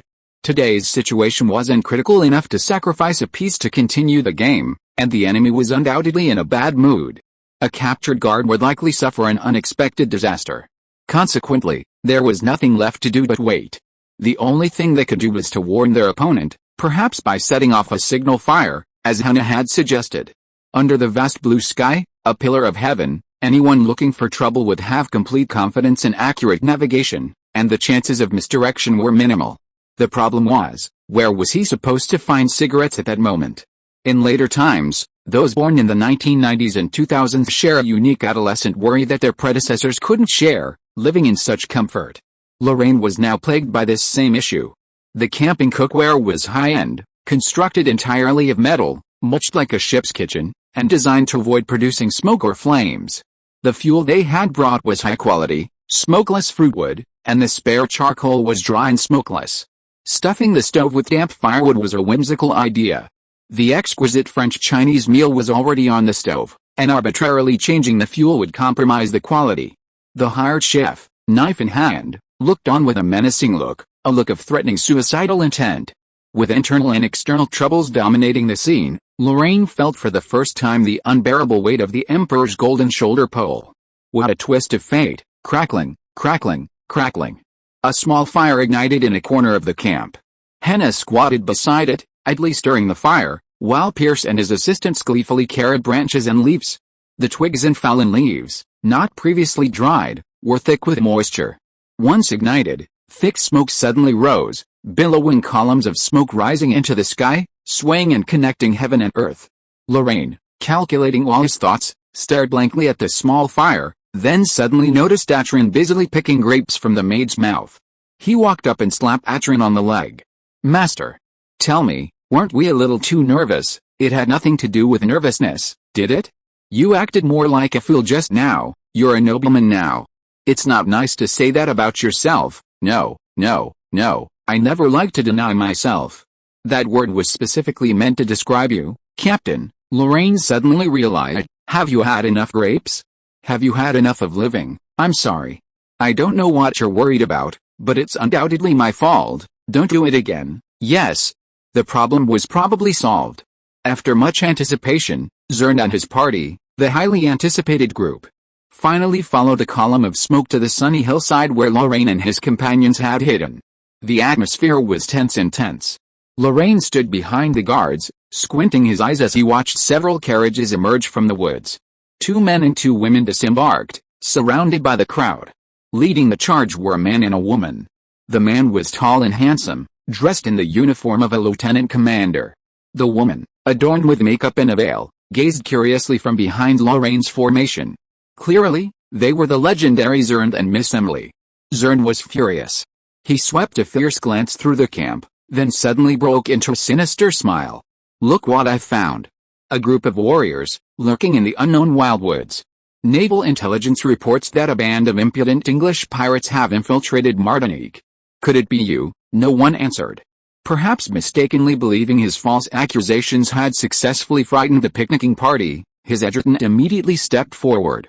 "Brave French sailors, defending the people's your God-given duty. I command." Snap. The oath-taking was barely halfway through when Lorraine snapped his fingers, and the taciturn guards instantly launched into action. 40 pistols, from all sides, aimed at the visitors' heads. That determination, that numbness, those steady, unwavering hands, no one doubted they would fire, no one doubted that with a single command, the French sailors would be utterly annihilated. Had God gone mad? On French soil, a mob held the French Navy at gunpoint. Could that improvised excuse have actually backfired? Was this a nightmare? The maid screamed in terror. Amidst the screams, Miss Emily's mind went blank, practically shutting down. She was simply a proper noblewoman. From a young age, she was indoctrinated in etiquette by Monsieur Renaud, then raised under strict supervision, trained by courtesans in horsemanship, socializing, fashion, and the proper manners and dress for every occasion. She lived in a male-dominated upper-class society. In this world of song and dance, her destiny was to cultivate a reputation for beauty among the gentlemen, while experiencing a few unforgettable loves and creating beautiful memories. When she reached the right age, her family would choose a fate for her, most likely a place of devotion to power, where she would live out the rest of her life in blissful ignorance and comfort. She didn't deserve a sudden death, much less the present, trapped by an incompetent officer and caught in the clutches of a group of vulgar and vicious pirates. She was beautiful. What fate awaited someone as beautiful as her in the hands of pirates? She didn't know, didn't dare to imagine. All she could do was pray in her heart, begging God's might to rescue her from this sea of suffering. But, that was God. How could the all-knowing and almighty Lord? A bunch of foolish soldiers. Since you consider yourself barbaric, you should honestly display your barbarity. Learn from the lion that shows its fangs before hunting, instead of just baring your teeth and bluffing like the jackal. Stupidity is the original sin. Amidst the tense atmosphere, a discordant sigh echoed from the far side of the grassy slope. Miss Emily saw a handsome man step forward, bathed in sunlight and striding at a leisurely pace. He passed through the ferocious pirates and the French sailors, unimpeded, and came directly to her, very close. A beautiful lady, he covered his mouth, as if bewildered. It seems these fools have more than one sin, he whispered to Miss Emily, a pleasant herbal fragrance wafting in the air, a stark contrast to the gaudy perfumes commonly used by aristocratic men, and also to the crude soldier beside him who mistook body odor for dignity, possessing only a veneer of substance. Miss Emily was easily captivated, instinctively, her eyes fixed on this perfect gentleman. Beautiful lady, what is your name? Emily. My name is Emily Preaux. My friends like to call me Annie, so it's Annie. An angelic name, just as it sounds. I'm Siegfried Narlow. Nice to meet you. The gentle Atron seemed like a completely different person, his voice inflected, even his breath brimming with warmth. He removed his gloves in front of Miss Emily, hooked his fingers around her delicate hand, and brought it to his lips for a gentle kiss. This stinking place isn't for you. Come with me. Let the rude ones handle it themselves. Miss Emily instinctively followed Atron. Zheng, watching from the side, was furious and gritted his teeth, trying to stop her. Filthy, swish. A flash of red light flashed between Zheng and Atron, interrupting Zheng's words and halting his movements. Startled, Zheng looked over and saw a red velvet wrap throwing knife lodged deep in the ground not far away. The knife, naturally, belonged to Henna. Over 20 meters away, with a dense crowd blocking the way, the knife had pierced the gaps in the crowd with pinpoint accuracy, delivering the most direct threat at the perfect moment. Cold sweat instantly drenched Zheng's back. Atron sighed in boredom, released Miss Emily's hand, and slid his arm around her slender waist. Go out, and your maid. Yes, thank you. As soon as the words left his mouth, the sailors, like Moses before the Red Sea, parted the waves, leaving a straight path. Miss Emily stared at the scene, stunned, and suddenly realized that true nobility was like this. Chapter 186 Day 2, Noble. What is nobility? According to legend, nobility is a kind of upbringing that makes one feel ashamed, a wisdom that knows no bounds, inexhaustible wealth, unparalleled power, or perhaps simply innate status. In short, nobility is the ultimate pursuit of the upper class. This was Miss Emily's understanding of the world. Then she met Siegfried, and her perception shattered. What is nobility? Calm as a pond, gentle as water, insolent, awe-inspiring without anger. When he stood there, the world radiated from him. When he spoke, no one could harbor even the slightest thought of rebellion. He was the one, the center, the voice of God walking on earth, the embodiment of all goodness and beauty throughout history. He was nobility. Miss Emily's heart beat uncontrollably, her face flushed uncontrollably, her soul drifted away. Looking down from the edge of the world, she saw only one scene. Siegfried held her in his arms. A gentleman, apparently unseemly, was wrapping his arm around the waist of a woman he had just met. But all Miss Emily could sense was a noble support and reliance, devoid of any illicit thoughts between a man and a woman. He led her out of the dangerous standoff and leisurely returned to the end of the grassy slope where he had started. As soon as they stopped, Miss Emily's spirit returned, a wave of shyness, reserve, hesitation, and other emotions flooding her. Mr. Nanarlo, Atron nodded with a smile. Am I being abrupt, Annie? Shouldn't I hold you like this? No, is that love? Or are you frightened and feeling weak? I won't let go. You can lean on me. Miss Emily blushed with shame. No, Atron understood. He reached out and grasped Miss Emily's clenched fist, gently placing it over the hand that was wrapped around her waist. How about this, Annie? I'll leave the decision to you. Once you've regained your strength, you don't have to tell me, okay? What a gentle person. Miss Emily felt her spirit drift away once more, her body completely out of control. She nodded to herself, a soft hum escaping from the depths of her throat. What on earth am I saying him? The shy young lady, distracted, didn't notice that Atron had averted his gaze, and his expression shifted from gentle to solemn. Whether it's a man or a woman, reputation is the most precious treasure in their soul, he declared in a loud voice like a preacher, his figure like a javelin, and his unshakable majesty soared into the sky, instantly shocking Miss Emily back to reality. Whoever steals my purse steals only rubbish, empty illusions. From my hands they pass into his, and they too have become slaves to millions, but whoever steals my reputation, though he may not become richer, I shall be reduced to poverty by its loss. Officer, it is your crime to accuse me of a thief. Foolish sins may be pardoned, But slander and jealousy are not the price, Atron shouted, and Lorraine, who had been watching the show for a long time, drew his long sword with a clang. Will you bear the price alone, risking your life with a leader of my guards, or will you, like a coward, hide among the crowd and let these incompetent soldiers die for you? Choice. He ended his speech with a powerful pause. Choice. Lorraine bit his words, teaching on the spot. Choice. A group of guards who spoke no French at all, practiced their lessons immediately, their voices resonating throughout the world. Zheng's face turned pale. He was a proud man and a skilled soldier, undefeated in both love and battle. Yet, this time, he seemed destined for complete defeat. Why? He couldn't fathom it. The threat of death hadn't sharpened his mind.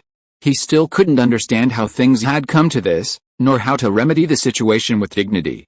He wasn't even completely certain whether this dream was real.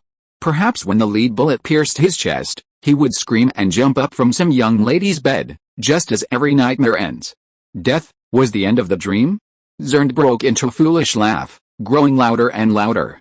Just as he was about to die, he heard Miss Emily's timid voice. Forgive, Atron and Zheng both gasped in surprise. Forgive. Mr. Narlo. Miss Emily buried herself in Yatron's chest, mustered up her courage, and pleaded softly, the captain has offended you, and you have countless reasons to execute him. But he is my father's guest, and our family will hold a welcome banquet for him tonight. If he dies here, I didn't expect it. Yatron hesitated for a moment with a grasping expression. If he dies, your father will blame you, right? Yes, in that case. Annie, are you hungry? Those sailors couldn't shoot the seabirds, and the reckless captain didn't want to eat bread. Poor child. Yatron let go of Miss Emily's waist, supported her shoulders, and kissed her forehead lightly through the veil. Then eat here with me. Although there are only some simple dishes, at least the wine is not bad. Miss Emily blinked dazedly. Mr. Narlo, about the captain's sin, Major, please join us for dinner. Atron smiled lightly, then caressed Miss Emily's nose affectionately. The Lord has sent angels to redeem you, hoping you will learn piety. Sunset and moonrise, and night descended in the blink of an eye. Lorraine was bustling with activity, and a constant stream of elegant carriages streamed by. Nobles, rarely seen in the past, streamed through the streets in groups of 3 or 5, all heading for the same destination. Tonight, the regional council president, Sir Prio, would host a formal welcome dinner at his home for Major Zheng, captain of a frigate in the defense fleet. It was a grand occasion. The host, Sir Prio, was the wealthiest man in Lorraine.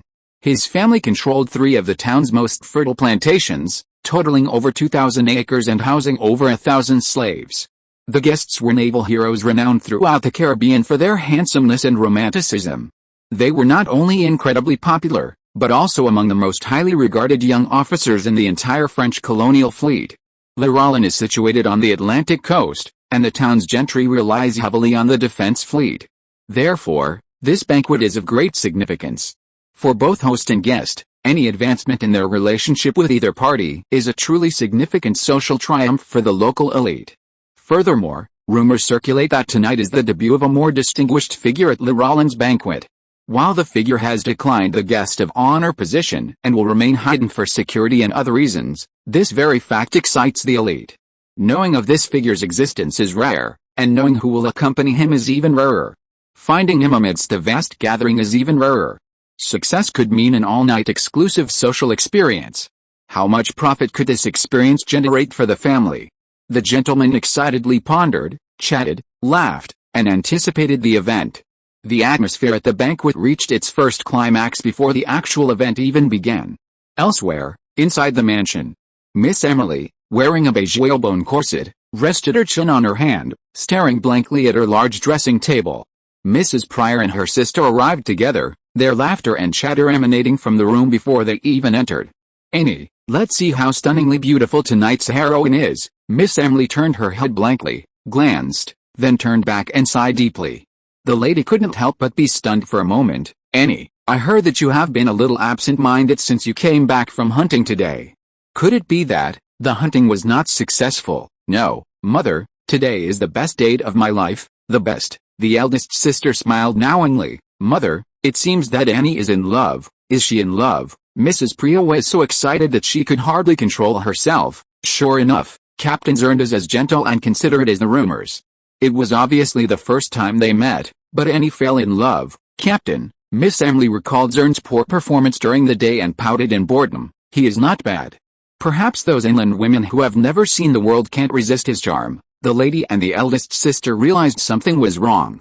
What?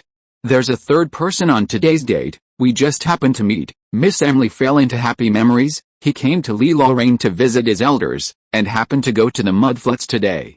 By chance, he invited me and the captain to enjoy a simple Chinese meal. He said it was simple. It's obviously too luxurious.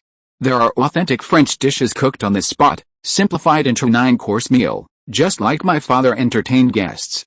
Mother, does an authentic French meal have 13 courses? Madame Prouet frowned and thought for a long time. I seem to have heard from my bestie that only the most particular aristocrats still retain the habit of 13-course meals.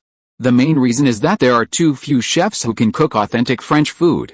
There are only a few in the whole of Martinique, and most of them are concentrated in Fort-de-France. No wonder he was not very satisfied. Although he was always very gentle, he mentioned simple 3 times and said that only the table wine was decent. What table wine? The liqueur is freshly mixed, the champagne is Pinot Noir, and the dry red wine is port. Mother, did you know? It turns out that the port from the Louis XIV period tastes the best, but unfortunately, we only have Louis XIV today. Fortunately, the champagne is the top wine from the Louis XV period, otherwise he would blame himself even more. Miss Emily unintentionally dropped one bombshell after another, and the lady was shocked when she heard it, and the eldest sister was already stunned beside her. You said this was a simple picnic meal. Yes, the freshly picked, freshly baked berry bread is delicious, and the sugar-free jam is completely different from the jam at home. Annie, do you know that person's name? Mr. Narlo? He said his name was Siegfried. What a beautiful name, beautiful and noble, Siegfried Narlo. Sieg von Narlo. The lady took a deep breath. Annie, I want to tell you a secret about the real guest of honor at tonight's banquet. P.S. The original quote from Shakespeare's Othello by Atron is a classic Shakespearean line, right up there with to be or not to be. Siegfried is a versatile character, well read, so there may be similar quotes later, so I won't mention them one by one. Please note. Chapter 187 Day 2, Confidence. With about half an hour left before the banquet, the 2 carriages from the Renault estate finally entered town, turning and heading towards Sir Priory's mansion in the center. It was a privilege and a norm for aristocratic social gatherings for the distinguished to arrive last, but this closing act was not easy to execute. The carriages were supposed to stop after all the guests, just before the host's toast. The distinguished individuals would then disembark and arrive before the first dance, demonstrating respect for the host while not disrupting the guests. Mr. Renault, a master of etiquette, was undoubtedly well aware of this procedure, but he had been living in poverty for so many years that he lacked any proper spies in the town. Now, having suddenly assumed the role of closing the party, it was inevitable that some mistakes would be made. The carriages had left too early. Given the current traffic conditions, they would surely arrive before the toast, then park themselves at the front of the guests. Mr. Priory would then have to prepare a toast centered around Mr. Renault, Siegfried's guide, to highlight who was the most valuable social figure of the evening. Poor Zheng would be utterly humiliated, and if he reacted inappropriately, he might even become a laughingstock among the entire Lorraine celebrity community. But who knows whether it was a mistake or intentional? Lorraine muttered to himself in the carriage behind, watching the retreating figure outside the window. Pierce obviously didn't understand why Lorraine had such a feeling, and asked blankly, "Brother, is there something wrong outside? Is it an ambush?" Yatrin laughed lazily. The kind-hearted Siegfried is far from being ambushed. The captain is just guessing people's hearts. Well, from the worst perspective, worst. Lorraine glared at Yatrin unhappily. There is obviously a cause for every effect, and you insist on saying that I am guessing the French with the greatest malice. It's human nature. The turning point of life is right in front of me. If it were me, I would also urge my horse to move forward. Move forward. Lorraine shrugged and let go of this slightly heavy topic. Yatrin, it seems that this is the first time we have observed you playing with women. What do you mean by playing with women? Yatrin's head was full of black lines. Love is the combination of soul and flesh, and pursuing it with marriage as the purpose is blasphemy. You are really hopeless. Seeing Yatrin's expression of devotion to the truth, Lorraine rolled her eyes. Let's not talk about right or wrong. Do you think this operation can be shortened? Shorter than 5 days. Halloween is just around the corner, every hour is a treasure. Well, Yatrin covered his mouth. If the purpose this time was just Annie's chastity, the conditions would have been ripe in the woods this afternoon. What a pity, what a pity. Lorraine's eyes widened in shock. Sorry, you planned to have a wild battle the first time we met. How can it be called a wild battle when there are so many carriages? Yatrin pouted aggrievedly. Let's get back to the point. Annie is now a ripe fruit, and it is up to me to pick her when. However, she is not our target. After all, Zheng is the only person we need. Capturing Annie has the potential to kill Zheng, but it requires the right timing. The bond between them is far from strong enough now. Taking Annie would only leave Zheng disappointed. He can't risk his future and life for an unrelated beauty. Lorraine pondered for a moment. You mean Zheng needs to sink deeper, to drown someone? We must first let the water reach their head. Lorraine fell silent. The carriage raced on, arriving at the main gate of the Priory Manor just 5 minutes before the banquet began. Mr. Renault's intentions were now fully revealed. He not only sought to steal the limelight from the guest of honor, but also the brief moment reserved for the guest of honor before the banquet began. This was a desperate move. For the sake of his family, Mr. Renault had completely abandoned the aristocratic etiquette he had upheld his entire life. While his awareness was admirable, it was truly bad news for Lorraine. Zheng's chances dwindled, and the bond between him and Miss Emily naturally weakened. Tisk, tisk, tisk, tisk. I underestimated the old man's will to live and got myself into a lot of trouble for nothing. Lorraine narrowed her eyes, gazing maliciously at Mr. Renault as he approached from the front car. The old man was in high spirits. Yatrin, suppose there's a fortress in front of you. With your current forces, an attack is bound to fail. How can I get you to initiate an attack? Yatrin was stunned. Where in the world are fools who would seek their own death? No. No, Lorraine smiled. It's actually very simple. I just need to place a team of supervisors behind you. If you advance, you might die, but if you don't, you'll definitely die. Then you'll happily charge. Yatrin was horrified. This is so inhumane. In life, you're a hero. In death, you're a heroic spirit. I'll remember you. This is the most humane thing to do. Lorraine patted his butt, stood up, opened the door, and met Mr. Renault's expectant gaze. The old man was about to knock on the door, but Lorraine's sudden action made his hand freeze in midair. He heard Lorraine's fluent French. Master, I will arrange a date for you and Miss Emily tomorrow. Does Miss like divination?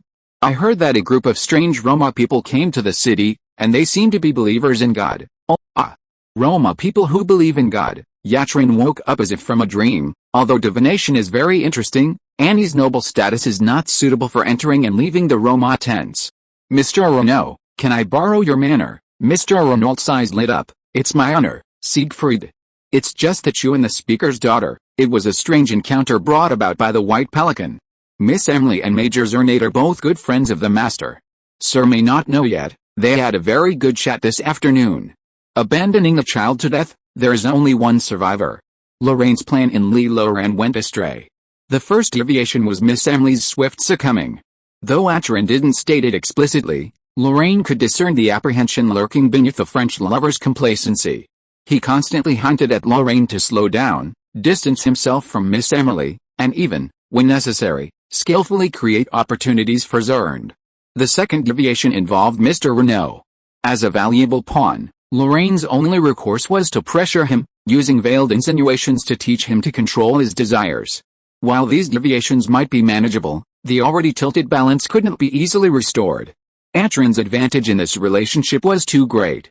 Like an impenetrable fortress, leaving Zheng with virtually no chance of victory. But he had to charge Emily. If he didn't want to, Lorraine would help him make up his mind, risking his reputation, his name, everything more important than his life and future. I feel like I'm playing the villain, Lorraine told Henna on the way to Noah's fortune-telling shop. The night breeze caressed the two of them like the soft hand of a goddess, blowing Henna's dress and sending her hair dancing in the wind. Henna smoothed her flying temples and gently took Lorraine's arm. Be more confident and get rid of the pretend.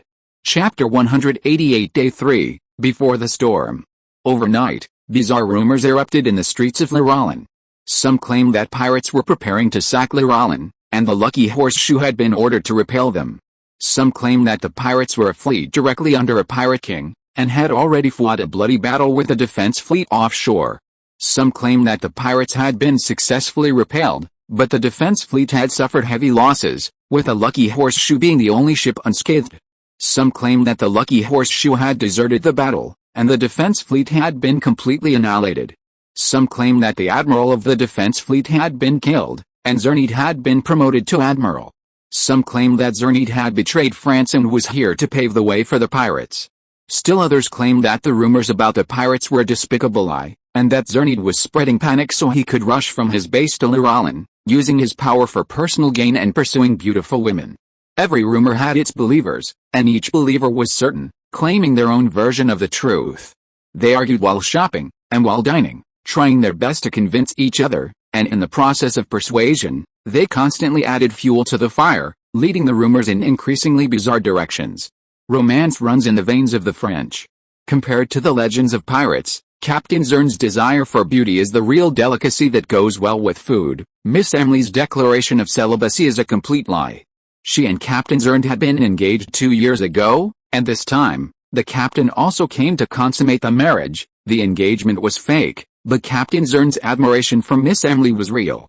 To win her over, he made a promise to Speaker Prio that he would marry into the family, and received a positive response. There was no positive response at all. Sir Prio despised Captain Zheng, of low birth, which is why, yesterday, under the guise of hunting, the captain forcibly took Miss Emily's virginity in the woods. Miss Emily and Captain Zheng were in love and secretly engaged. Sir Prio was furious and publicly declared his intention to use his connections to ruin the captain's career. It was a confusing mess.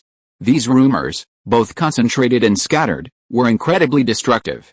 In just one morning, speculation about Zheng and Miss Emily's relationship transcended class and became the hottest topic of conversation at high society breakfasts. Their familiarity with the two protagonists far surpassed that of ordinary people, and their interpretation of this love story was more in line with the traditions of the aristocratic world. Zheng, known as a playboy, Miss Emily, a newcomer who displayed striking charm, and Siegfried Nero, a stranger unknown to the common people, whose identity was mysterious but undeniably extraordinary. Last night's banquet was a spectacular spectacle. The obscure Mr. Renaud rose to prominence, acting as Mr. Narlow's guide and constantly targeting the nominal guest of honor, Zheng, almost stealing his attention. Ironically, while the fox was wreaking havoc on the tiger's back, the tiger always managed to defend Zheng, and thanks to the cunning mediation of Sir Prio, Zheng's dignity was saved, allowing him to escape unscathed. And last night's unforgettable drama unfolded. Zheng, Siegfried, and Emily, 3 young people, performed a spectacle before the town's distinguished guests. Even after the banquet, the audience remained undeciphered about their complex relationship. Was it a battle between 2 men for a wife? Or a love triangle in which Emily loved Siegfried, Siegfried loved Zheng, and Zheng loved Emily? Or perhaps the young lady and the captain were both in love with a mysterious and noble young man, casting a forbidden glint on their jealous rivalry? How long had it been since Lorraine had seen such a complex and puzzling love? How much more fodder would these 3 remarkable young men provide for everyone's conversation?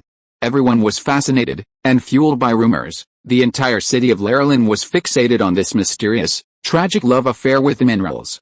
As one of the protagonists in this story, Zheng rose with alacrity and, with the help of his lieutenant, donned his prized uniform. Last night's banquet would be one he would never forget. An obscure small estate owner named Renaud had suddenly attacked him, forcing the entire Lorraine establishment to abandon him, nearly ruining his reputation. He was completely unprepared for the situation, and naturally, he had no way of responding appropriately. Fortunately, just as he was about to face humiliation, the mysterious Siegfried, whom he had just met that afternoon, offered him a helping hand. Immediately, the tide of the gathering shifted with swiftness. The celebrity's aggressiveness subsided, and even Sir Prio, the organizer of the banquet, extended a friendly offer. While these precious gestures of goodwill weren't enough to completely overturn his confrontation with Renaud, they at least preserved his dignity as the guest of honor, allowing him to walk out of the knight's mansion with his head held high at the conclusion. Is this what they call no fight, no friendship? Truthfully, Zheng felt he couldn't quite grasp Siegfried. Siegfried was clearly of noble status, a fact widely known to many in town, yet no one would tell him. Their initial encounter wasn't exactly a pleasant one. Zheng had intended to frame Siegfried and kill him, but he was utterly defeated by his elite guards. Siegfried could have humiliated him mercilessly, but Miss Emily's plea forced him to give up. Not only that, he even treated him to a fine French meal, offering an olive branch of reconciliation. The same thing happened at the banquet itself. Confident, gentle, noble, tolerant, wealthy. In Zheng's eyes, Siegfried was practically perfect. Yet, such a person had miraculously appeared in a remote seaside town like Lorraine, miraculously connected to the humble Mr. Renault, and miraculously become friends with him and Miss Emily. Perhaps they were friends? Siegfried had been showing him goodwill, and at the end of yesterday's banquet, he had solemnly invited him and Miss Emily to join him at Renault Manor for tea and dinner. Zheng no longer cared about a mere game of courtship. Even if Miss Emily's chastity had been his original purpose in coming to Lorraine, now, God had presented him with a more precious opportunity, and he would not miss it. Thinking of this, Zheng carefully smoothed the imperceptible wrinkles on his collar and patted his face. This afternoon's invitation was crucial. He had to be respectful, serious, and respectful, displaying the qualities of a talented individual to further strengthen Siegfried's favor. Oh, and Siegfried seems to have a thing for Miss Emily's beauty. If the time is right, he can give her a helping hand. He can fulfill his duty as an assisting force, and from then on, he'll find a noble partner and rise to prominence. That's the plan. Zheng clenched his fists to cheer himself up. For a better future, to escape the lowly status of a bastard of a low-ranking noble and gain a broader stage in life, the plan must succeed. There was a knock on the door, and the adjutant gently pushed it open with a stack of documents, silently standing beside him. "Lieutenant, is there any news that would interest me today?" "A lot, sir," the adjutant said, lowering his voice as he handed over the documents. "There's a lot of news that would interest you, but I don't think there's anything that would please you." Zheng's brows furrowed as he took the documents and read them carefully. The more he read, the redder his face flushed. "Where did you get these hearsays? The whole town is talking about you and Miss Emily, and there's a lot of slander in them. I've already issued a stern warning to the mayor, but that's not the crux of the matter." Zheng was furious. He swung his hand and slammed the thick document into the adjutant's face. "Stern warning? You want to tell everyone that I once had improper thoughts about the speaker's daughter?" The adjutant covered his face. "I don't quite understand what you said." "Then learn to understand. You're the adjutant, and it's your job to understand your superior's thoughts." "Idiot," Zheng panted heavily, his eyes suddenly catching the clock on the mantelpiece. 12 o'clock. "I have to keep my appointment. Solve this before things get out of hand. Don't let the gentlemen at Renault Manor have any misunderstandings about me." Yes, sir." Renault Manor, Horse Ranch. Lorraine and Atrin rode side by side on their horses, gazing at the bright summer sunshine. "Something urgent happened last night. I thought I didn't explain it clearly enough, but I didn't expect you to actually grasp my thoughts. In fact, I couldn't guess the captain's thoughts until I compared the rumors you fabricated with the news from Mr. Renault." "Really? Then how did you think of inviting Zheng?" "Because of the principles of drama. Once the plot reaches its climax, the main characters must gather in the center of the stage." "That makes sense," Lorraine nodded with a smile, "but since you have already seen it, there should be no need for me to explain the next script in detail." "Right, no need." Yatrin spread his arms in front of him, like a tragic actor telling a monologue. "Throw high, throw down, throw high again, throw down again, until his heartstrings break. The unfortunate Major Zheng will not have a moment of peace and relaxation. This is a storm, and he is destined to destroy the ship and die. Death is enough. The Lucky Horseshoe is a good ship. We have paid so much this time, and we should have some income, otherwise the board of directors will have opinions." "Yes, sir." Chapter 189 Day 3, My Friend. At 1 o'clock in the afternoon, Zheng's carriage appeared at the gates of Renault Manor, seemingly on cue. The iron gate, shattered by Lorraine's blade a few days earlier, had never been fully repaired. The stone posts were chipped, and the wide open door felt empty and feeble, giving the otherwise well-maintained manor a certain dilapidated, eerie air, only a relic of the past. Zheng rubbed his chin as he hopped out of the carriage, bewildered by the strange feeling of disorientation he felt. The main source of this discomfort lay in the baffling invitation itself. In normal social interaction, inviting guests to tea or dinner without specifying a specific time is extremely rare. Tea times vary from person to person, ranging from 2 o'clock to 5 p.m., serving as a prelude to lunch and a prelude to dinner. Without a specific time, The host would have to alter their routine and finish lunch early to prevent the guest from arriving at lunchtime. Such a coincidence would be a grave disrespect for both parties, and the guest's position would be even more awkward than the host's. Arriving too early might mean the host is still dining. Arriving too late might mean missing the espresso menu, putting oneself in the unfortunate position of having traveled 1,000 miles just to eat, and ruining the subsequent social atmosphere. This is only one aspect. Furthermore, the normal structure of an invitation is a one-on-one social interaction. While a host may invite multiple guests, the selected guests are generally familiar with the host and the guests, ensuring a clear hierarchy and a smooth transition. The role of the guests is to facilitate the process. However, this was clearly not the case in this case. Zheng and Miss Emily had only met for the first time the night before, and they and Siegfried had only truly become acquainted yesterday afternoon. Love can transcend time, but familiarity cannot. Having known each other for less than 2 days, 3 people certainly cannot be considered familiar, nor do they possess a special interdependence. If one had to pinpoint a reason, it's probably that Miss Emily seems to have a crush on Siegfried, and Siegfried seems to have a crush on her. Siegfried's invitation to Miss Emily to the manor was most likely intended as a pursuit. But why did he also invite Zheng? Even if Siegfried couldn't endure the lengthy trials and tribulations, he certainly needed a companion to expedite the process of developing his love for Miss Emily. However, Zheng, a stranger to either of them and someone who had previously courted Miss Emily, seemed unsuitable. Unless he changed his mindset. In Siegfried's mind, Zheng was the true guest of honor today. Zheng's previous assumptions were completely wrong. Miss Emily wasn't the guest of honor, but a companion Siegfried had arranged for Zheng. This arrangement mirrored important social gatherings of the great nobles, who often preferred to have their lovers meet the guests first, so they could observe and gain a better grasp of their social objectives and take the initiative in the subsequent interviews. I've never thought of it this way before. Could it be that I'm the guest of honor, and Miss Emily has long been considered one of Siegfried's own? Zheng frowned and muttered to himself.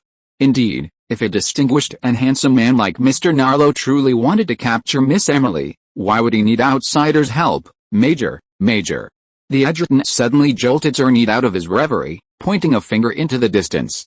Acheron, leading Lorraine, Pierce, and Henna, rode their handsome, tall horses and leisurely ascended a nearby hillock.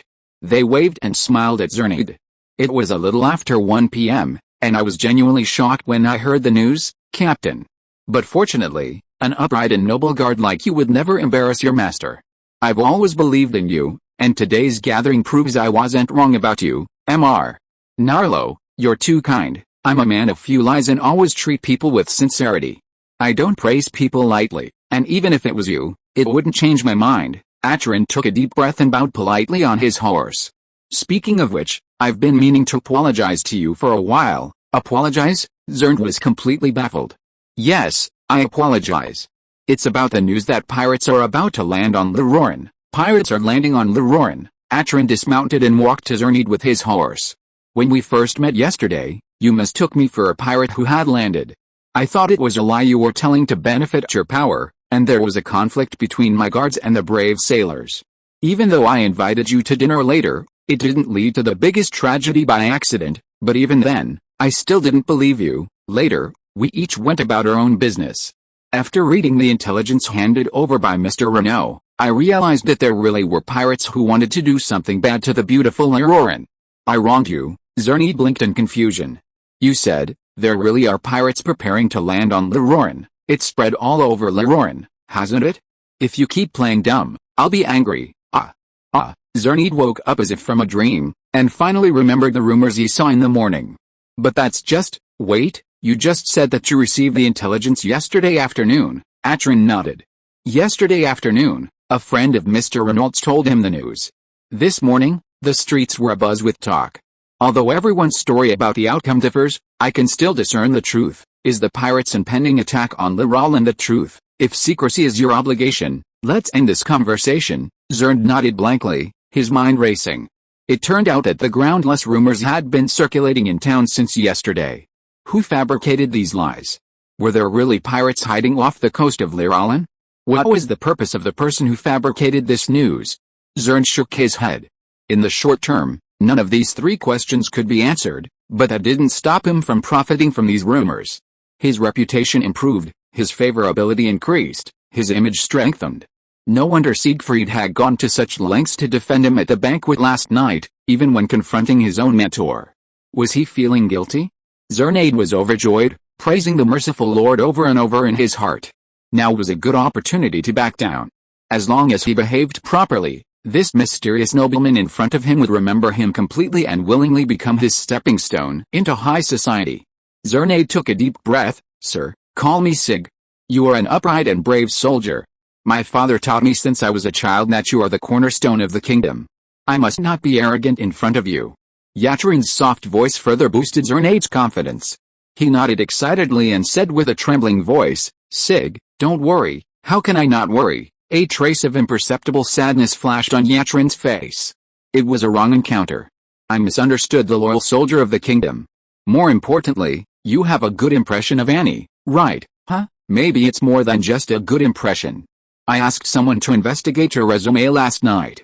You are very good, but due to the limitations of your background and family, you had to waste your most precious years. You may regard Annie as hope. Although her family is not prominent, her identity as the president of the Lorraine Regional Council and a member of the Martinique Development Committee is enough to make your achievements get a proper response. This misunderstanding. Have I disrupted your life plan, huh? Fortunately, my mistake wasn't too serious. Yatrin smiled brightly. The biggest mistake hasn't happened yet. I still have the chance to make amends. Today I am the host and also the guest. I have prepared everything for you. Please pursue love boldly. My friend, yet. If you are listening to this novel on a channel other than Fanfic World, it means it was downloaded and re-uploaded without effort. We warmly invite you to visit our channel, Fanfic World. There you will find the original version of this story and many other novels of various genres. We look forward to seeing you dive into a world of incredible novels. Chapter 190 Day 3, The Merry Women of Windsor Town. What the hell? What the hell? What the hell? What kind of a development is this? To boldly pursue love? Siegfried Narlow told me to boldly pursue love? To pursue Miss Emily? To pursue his beloved right in front of him? Is this some kind of peculiar sexual fetish? Or some kind of strategy for pursuing women? A strategy, right? When did France start producing saints who would even give up their beloved? For a night of pleasure, can't gentlemen easily plunge their swords into their friends' chests? Isn't that what they say in the theater? Is it outdated? What should I do? In the dressing room, Zheng stood before the large floor-to-ceiling mirror like a zombie, his eyes glazed, his muscles stiff. No one could tell that a midsummer hurricane was raging within him. Two petite maids pulled his hands away in front of the mirror, and he lowered his head as if nailed to a cross. The old tailor took a measuring tape and measured his waist. Tuck in your tummy, he shouted, and he thrust his broad chest out. Okay, sir, relax, relax. The old tailor narrowed his eyes, put away the measuring tape, and patted Zheng straight back. Is this your first time tailoring a suit? No, really, the old tailor sighed knowingly. Anyway, you're a little stiff, and it's easy to make a suit that doesn't fit. I think that would be a disaster for both you and me. I'm sorry. For the sophisticated etiquette of the nobility, formal attire has always been a key symbol of refinement and charm. A noble would change multiple suits throughout the day, accessorizing each one with different accessories to suit different occasions. Take a woman, for example. They wake up with their hair loose in light-colored, loose-fitting dresses. They don't wear a belt, hat, jewelry, or handbags. They typically wear cotton socks and bright-colored flat shoes. This attire ensures a natural and comfortable greeting for family and guests. Following their morning exercises, they put their hair up in a bun and don black and white riding gear, bright neckbands, pure white gloves, and high boots. Horseback riding is a common morning exercise for ladies, but flower arranging, sculpture, and strolling also have their own unique attire. After their morning exercises, the day truly begins, as they navigate a variety of bustles and flower-like accessories. Morning tea, lunch, afternoon tea, dinner, and evening tea are all unique, with the only two mandatory requirements being a belt and gloves.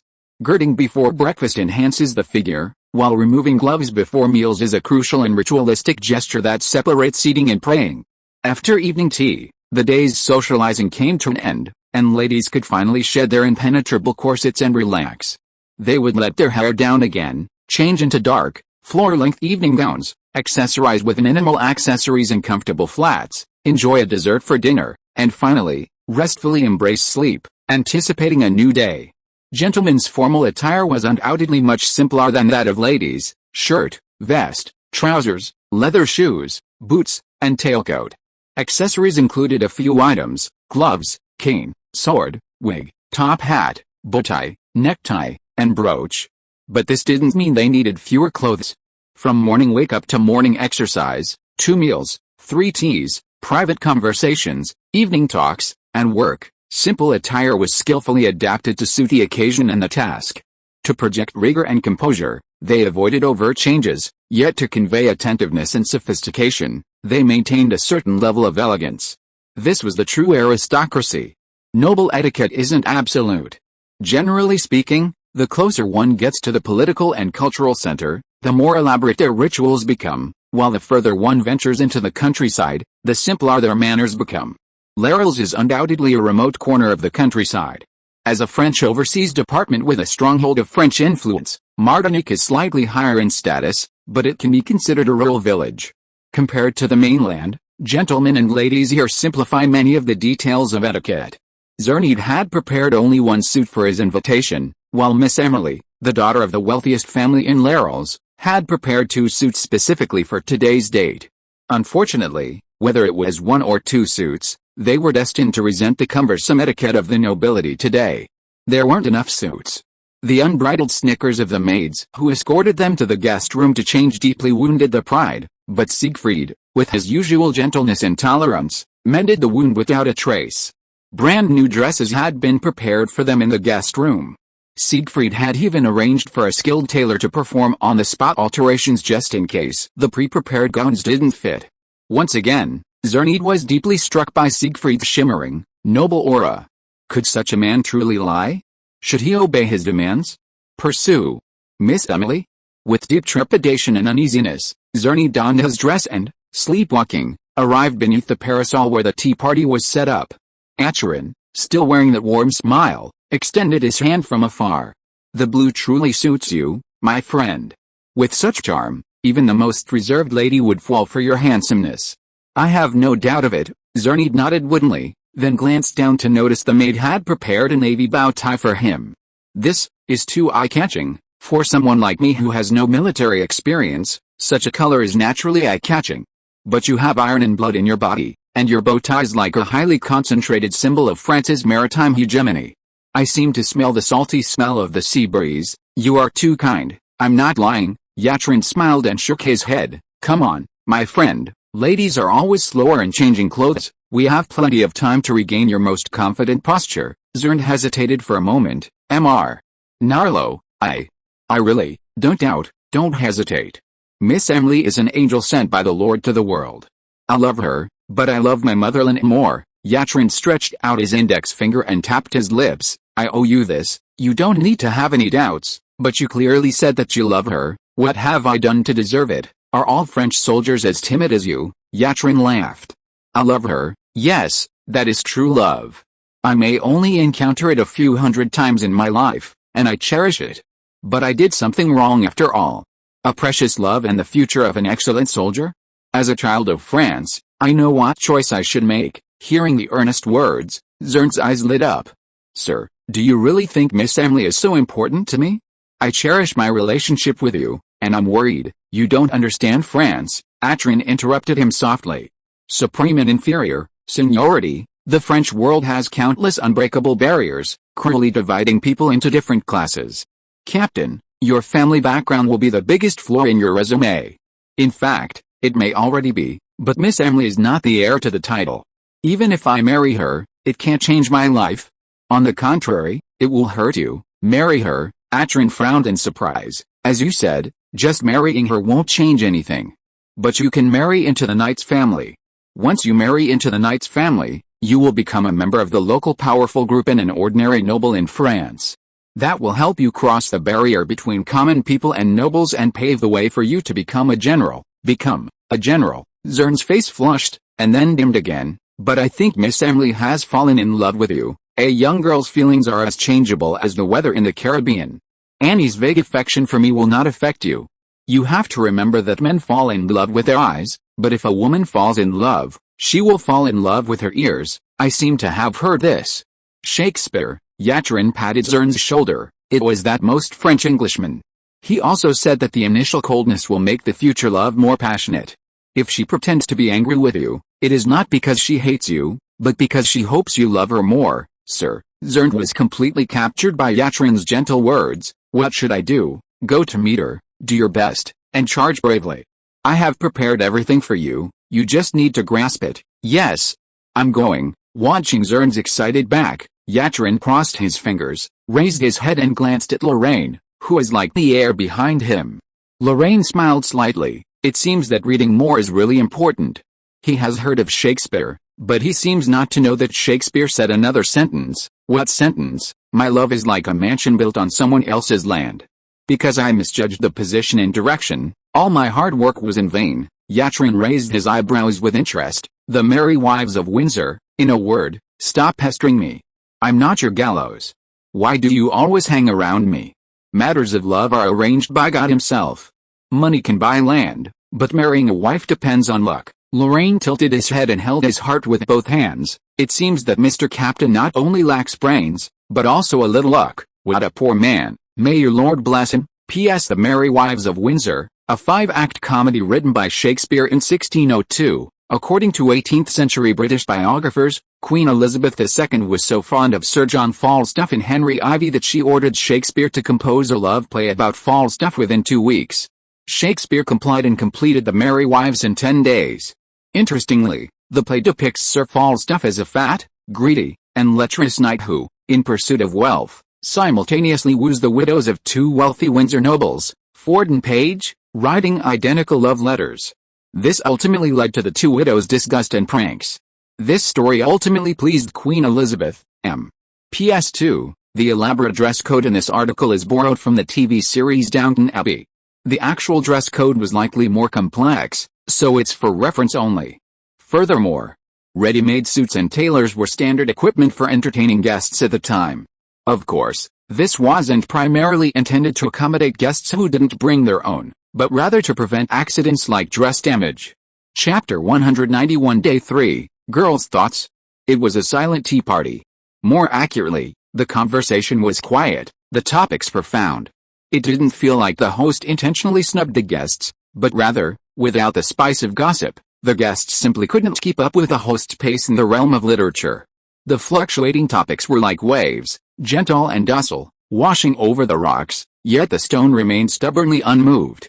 It was also like the throne of a lord, even within the same vast hall, compelling one to bow down and admire. Siegfried presented himself in this way, possessing a noble and erudite air unmatched in all of Martinique. Simply looking at him evoked an irresistible admiration for the kingdom itself. But Miss Emily still harbored doubts. Despite the delicious tea and the attentive manners of the host, she still felt a subtle sense of sadness and alienation, instinctively felt by her young daughter. In fact, to this day, she had known Siegfried for only 2 days, but every time they met, she could clearly discern that broad, tall figure, receding further and further away, unable to catch up, unable to grasp. Recalling their first meeting on the mudflats, Siegfried's enthusiasm was like the scorching sun, scorching everything with a heat that easily left an indelible mark on her heart. Then came their second meeting, at the evening banquet. Upon learning of Siegfried's identity, she inevitably became reserved. Siegfried's sadness seemed to have begun then. Initially, it wasn't overt, his manners were much more polite and restrained. Even when they danced together, he didn't overstep the bounds for a moment. And today, this distance and sadness were even more palpable. He skillfully maneuvered between her and Zernide, ensuring neither of them felt left out. But Miss Emily had a feeling that Siegfried seemed more willing to talk to Zernide. Could it be that her own reserve had hurt his delicate heart, leading him to misunderstand that while flowers may be affectionate, flowing water is unfeeling? How could it be? Miss Emily panicked, looking up to see the setting sun, the distant mountains gilded with gold. What a beautiful sunset, she struggled to find a topic. The sun was setting, and the 3 of us retreated into the woods in its afterglow. My peaceful, pure heart could not have imagined a sweeter state. Miss Emily was stunned. Excuse me, Yatrin smiled bitterly. It's the new Awakens by Rousseau. It's a touching letter, One can feel the interweaving of helplessness and longing between the lines. He was a great man, in my opinion, on par with Baudelaire and Mr. Lear. Miss Emily felt that same feeling of helplessness and longing. Such passionate feelings, Siegfried so hard to respond to her. But she had only heard of Rousseau's name, that he liked to speak out on the political front, never knowing he was also a poet and writer. She had no idea of the context of the words, let alone what the new awakens was about. What a sad story. Yatrin seemed to see her embarrassment. He gently put down the cup and stood up. When the sun and the moon alternate, the sun still dominates the world. Annie, I have prepared a gift for you. Have you heard of the Roma people who are new in town, Roma? Those pagans who can predict the future, not that accurate. Yatrin waved his hand. Their ability is divination. They ask the Lord for advice with a pious heart, not prediction.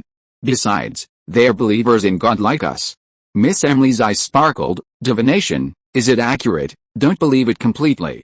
I always feel that people can completely entrust the future to the Lord to arrange. This will make the Lord overwhelmed. You are so wise. Yatrin said nothing. Annie, do you want to meet the fortune teller? I invited her. No matter what era, women seem to have no resistance to skills such as divination and prediction, and the clearer the future of people, the more enthusiastic they are about such things. The maid led Miss Emily to the makeshift divination tent. Yatrin fell a few steps behind and walked side by side with Zheng. Major, why don't you talk more to Annie? Silence and taciturnity won't win the lady's heart. Don't let me down. Zheng suddenly had the urge to stand at attention and salute. Your knowledge is too profound. Do you think I talk too much? No. It's just that quiet socializing is not my forte, and the goal is marriage. I always feel that the previous methods are not appropriate. It seems that you have also thought about it carefully. I'm sorry, no, I am always grateful for your concern, sir. Really? Yatrin laughed inexplicably. We can't keep the lady waiting for too long. Let's go over. The purple dome tent stood by the small pond in the manor's horse farm. Around it were men in Romani costumes who were busy in silence, with their heads lowered, looking timid and shy. Miss Emily entered the tent, guided by her maid. After her eyes adjusted to the dim candlelight, she began to absorb information again. The tent was spacious, devoid of any extraneous decorations, save for a gorgeous velvet rug spread in the center. Across from the rug sat a woman and two men. Two men stood side by side, their hands behind their backs. The shorter man, wearing distinct Romani clothing and a solemn expression, was Bell. Miss Emily happened to recognize the taller man. He was the guard leader, Lorraine, whose name had never been introduced. The woman was Noah, kneeling between the two men and the velvet rug, facing the tent door. She wore a translucent gold gauze veil that covered her head and face, revealing only her eyes. The bold attire complemented her reserved demeanor. The pure black lining beneath the gauze seemed to cover her from wrist to neck, revealing not a single ounce of skin. Before her lay a deep purple crystal ball, surrounded by peculiarly arranged daggers, conch-shaped crystal cups, and 22 candlesticks. Light refracted through these gleaming objects, casting a hazy hue of purple and orange, a mesmerizing interplay of light and shade.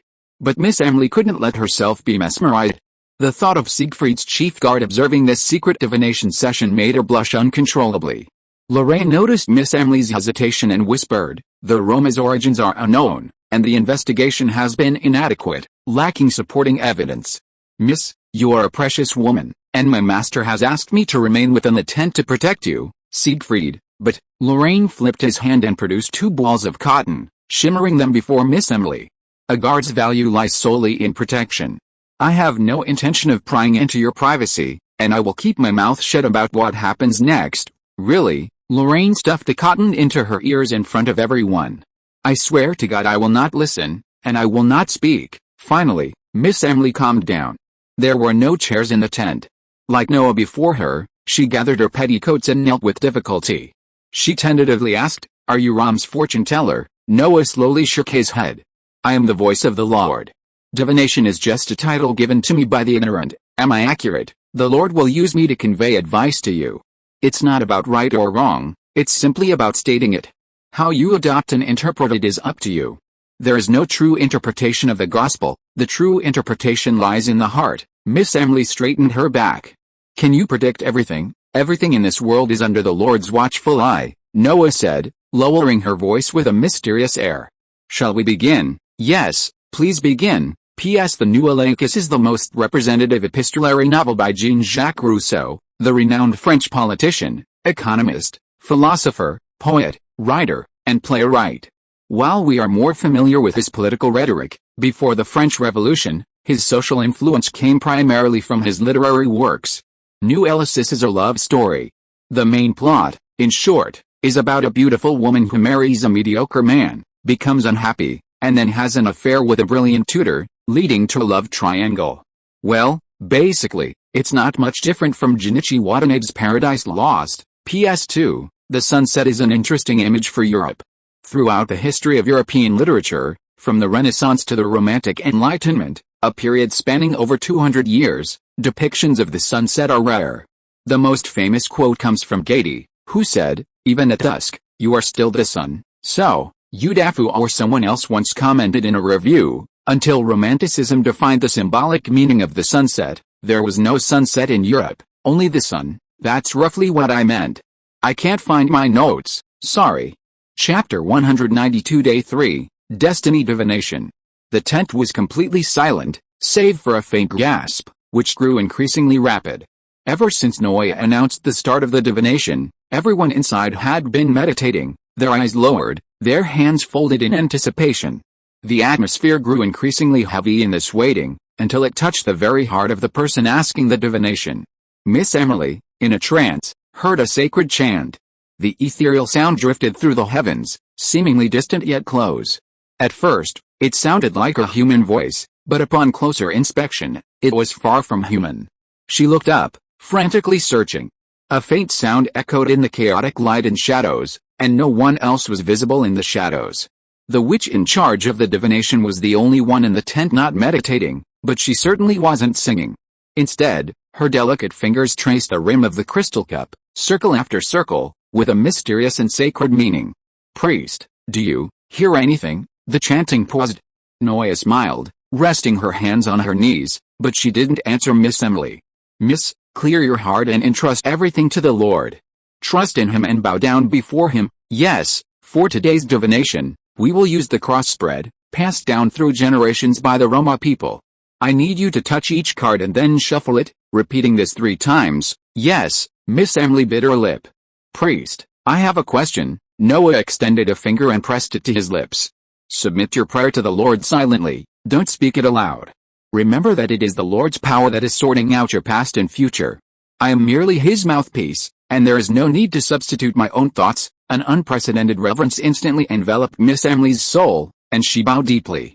"Yes, then, it's time to shuffle the cards," Noah murmured, extending a finger and lightly tapping the center of the deck. The 22 major arcana cards rose up, fanning out on their own without any visible contact with Noah. At the end of the deck, Noah beckoned with a finger, and the bottommost tarot deck flipped open like a spirit. Zxi world, the world pried open the judgment, and the judgment connected the sun, until the Fool appeared. All 22 cards were laid out before everyone. "Touch each card, young lady. Use your index finger to touch the carving, your middle finger to feel the card name, and your ring finger to trace the number. Then turn it over and place it in a pile." "Yes," Lorraine watched with interest from behind. As a spiritual comfort on the ship, Noah's divinations were no stranger to Lorraine. She had probably witnessed dozens, perhaps even hundreds, of them over the years. But ordinary divinations never involved such complex spiritual rituals. Lorraine only remembered a similar scene once, when Noah first met her in Bermeo, while she was reading for Mrs. Alfonso. Noah had once told Lorraine that this was a traditional art unique to the Ramzilla tribe, known as destiny divination. Fortune-telling is a crucial element that has enabled the Sera people to maintain their independence and peace throughout their centuries of wandering across Europe. Like their faith, from its inception, it was considered more of an art than pure witchcraft. Using light and shadow, illusion, suggestion, hypnosis, and the ingenious use of magnetic fields, vibrations, acrobatics, and dance. Fortune-telling revolves around the Sera's ancestral crystal ball, with every prop meticulously chosen. The major arcana is used for divination, while the minor arcana builds magnetic fields. The sword represents the elemental wind, and its sharp blade serves as a reliable safeguard for the witch in times of crisis. The conch-shaped crystal cup filled with water is the Holy Grail, representing water among the 4 elements. Special glue on the thumb pad resonates with the cup's walls, making it an instrument for producing sacred chants. The crystal ball symbolizes the pentacles, reflecting the earth and acting as a primary instrument for light and hypnosis. The scattered candlesticks symbolize the scepters, not only projecting fire and providing a source of light, but also enhancing the ritual's mystical quality. With a ritual so elaborate, Lorraine naturally no longer expected the results to be authentic. However, precisely because of the numerous intricate and complex maneuvers involved, Lorraine still dared not completely deny the existence of witchcraft. Noah would not conceal anything from him, the captain, so he was particularly aware that most of the fortune-telling involved magical techniques passed down orally even within the Sarah tribe. Noah, a legitimate descendant of witches, could not clearly explain their principles, and Lorraine, a man who had seen the future, could not devise a practical scientific method. So, witchcraft, and its equivalents, astrology, alchemy, and spiritualism, is this era's occult truly real? Lorraine's thoughts drifted uncontrollably, and when he came to his senses, the 3 rounds of shuffling had already concluded. Miss Emily had personally gathered the 22 major arcana cards and placed them neatly beside Noah. Noah explained calmly, "The Cross of Ram is the divinely chosen formation. I will lay out the cards from top to bottom, left to right, retaining 5 to reveal divine counsel to you." With that, she traced the back of the first card, and it was instantly separated from the deck and guided to the top left position. 15 gleaming silver major arcanas lay neatly arranged on the carpet, 5 per row. Noah swept her arm, a wide golden veil sweeping across the deck, sweeping aside the surrounding 10. Only the 3rd card from the 1st and 3rd rows remained in the center, along with the 2nd, 3rd, and 4th cards from the 2nd row, forming an exquisite cross. Miss Emily watched breathlessly, her mind completely stripped by the miraculous skill. "Priest, what should I do next? Pray, tell the Lord your thoughts once again, more clearly and more purely than last time." "Yes," Miss Emily responded, closing her eyes and clasping her hands before her chest. After a while, she opened her eyes again, and there was no more doubt in her eyes, only piety. Noah clicked on the main card in the middle, 0 the Fool, upright. The Fool, the beginning and end of all things.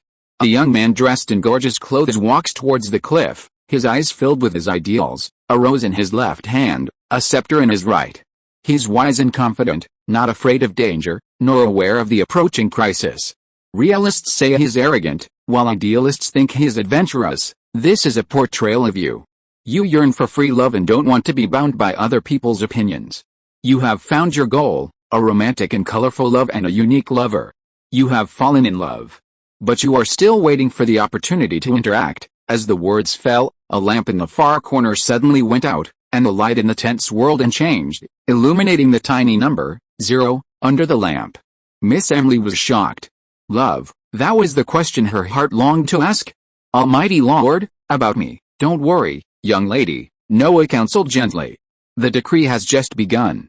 All your doubts will be answered. She flipped over the top card, XX Judgment, reversed. The lamp holder number 20 suddenly went out. Your pursuit is doomed to be in vain. Your future is filled with only memories of a beautiful past. But you seem unwilling to face this reality, deceiving yourself. Miss Emily's face froze. Without waiting for her response, Noah revealed 2 cards in the 2nd row, Zvi the Tower, upright, and Zai the Hanged Man, reversed. The corresponding lamps went out almost simultaneously. Twisted, upright, a cruel future. Changes will plunge you into long-term suffering. Only by accepting change can you regain beauty. I see another choice in your life. Although you have no desire to sacrifice yourself for him, his love for you remains unchanged. Another choice. As Miss Emily pondered Noah's words, the image of Zheng emerged in her mind. He was dressed in a brilliant navy uniform, tall and energetic, yet for some reason, his features remained only a blurry blur. The terrifying vision made Miss Emily clench her fists, her voice trembling, her face pale. The future, my future. Noah revealed the final card, Zai Death, upright. All the lights went out at the same moment the last card was revealed, plunging the tent into deepest darkness. Miss Emily cried out in shock, but before her eyes could adjust to the lightless world, a bright light shone in. Lorraine pulled open the curtains just in time. The scattered cards vanished, leaving only a single tarot card on the carpet, the upright Death. Noah smiled and said, Miss, this is God's final revelation to you. Is it good, or bad? Fate is neither good nor bad, everything is a matter of choice, Noah said. Accept change, and your life will undergo profound transformations, ushering in a new phase. Accept the facts, and you will have a more beautiful journey. Is this the Lord's admonition? Just a reminder. The Lord's mercy is merciless, meaning every happiness comes at an equal price. Choose, and no matter what you choose, the Lord will care for his faithful lambs. Thank you, priest. Miss Emily left, distraught. Lorraine and Belle escorted her out of the tent together. Once they were out of sight, they exchanged disgusted glances for the first time. What a disgusting plan, Belle muttered. Miss Emily is happy, and all you see is her confused pain. But you're right, this plan is really disgusting, because the real victim is now wholeheartedly worshipping the man who hurt him. I don't have any feelings for men, I guessed it, so I prepared a lot of scenes for you in the final stage. Go teach Zilnad how to propose marriage. The more powerful he is, the happier Miss Emily will be. Yes, sir. Belle stroked his chest and lowered his waist exaggeratedly. I will do my best. Chapter 193 Day 4, Encounter. The play was already well underway. Using a metaphor from one of those famous scenes, it was roughly the same as Romeo, fresh from his faked death, preparing to sing the little widow to his grave and joyfully watch Zhu Yingte transform into a butterfly. With the final act about to begin, the creative team, scattered across Lareland, gathered once again on the Golden Deer for their final and most crucial intermission. Belle was the first to speak. Because we have no competitors, we basically control the topic of Leloran now. The love triangle between Siegfried, Emily, and Zernd has spread to everyone. After the divination yesterday, I further intensified the promotion of the rumor related to marrying into the wife's family. After fermenting overnight, it far surpassed other topics in terms of popularity and the number of versions of the story. Pierce raised his hand like a child. Mr. Judea, isn't it unnatural to artificially increase the popularity of a topic like this? Moreover, achieving this level in just 2 days will not make the nobles here wary. Someone must have noticed the problem. Belle crossed his legs in a frivolous manner and adjusted to a comfortable sitting position. But our topics are spread by those ruffians. They have no manuscripts and no training. The quality of the source means that they can't guarantee the completeness of the topic. Then, after being relayed from bottom to top, by the time those masters and ladies hear it, the topic has long been distorted beyond recognition. Lorraine casually took over the topic. In other words, the people in this town who are capable of tracing the source of the topic cannot hear the original version that is most conducive to the investigation, while the initiator closest to the original version is not interested in investigating the source of the topic. Pierce, we are targeting the gossip and privacy of those influential figures. The spread of such things is inherently full of malice, and the suspicion is too broad, which is equivalent to no suspicion. Yatrin grinned. What's more, don't we still have the best scapegoat? The captain, who is at a disadvantage in this love competition, is the protagonist of the topic. Even if someone traces the source, in the end they will only suspect that it was Zern's self-directed and self-acted. I have another piece of fresh news here. Collingwood flipped through the notebook. Serious. Yesterday at noon, Captain Zern's adjutant issued a stern warning to the mayor on the grounds of rumors. Warning. Yes, he believes that there are many false statements in the rumors that directly affect Mr. Zern's reputation. The implication is that they only hope to spread rumors that are beneficial to Zern. Pierce opened his mouth. Is he confessing without being asked? It seems that little Pierce has learned something great this time. Lorraine laughed. Let's get back to the topic. Yatrin, what is the current situation of the two parties involved? Yatrin cleared his throat. Miss Emily is at the age of admiring love and princes. Although I intend to alienate her, this alienation will not affect her good impression of Siegfried. As long as there is a chance to meet alone, everything about her will be at my fingertips. Zern's situation is a bit complicated. He seems to respect Siegfried too much, or maybe his demands are too great, so that I am restricted and cannot completely guide his behavior. Noah. The seeds have been planted. Noah brushed away the scattered hair with a misty look in his eyes. It can be seen that the choice between reality and aspirations makes Miss Emily very painful. Fortunately, this action will not affect the reputation of a French lady, otherwise I might really hate myself. Lorraine shook his head. Zern, who can tell me about his recent situation? There hasn't been any new activities since he returned last night, but his adjutant has visited the hotel 6 times, each time bringing documents of unknown content. Collingwood replied. Belle added, the documents are likely new versions of those bizarre rumors. The bribed intelligence dealer told me that many French soldiers are deliberately collecting intelligence. It seems he's aware of the shifting trends in the rumors. Lorraine frowned, tapping the table intermittently.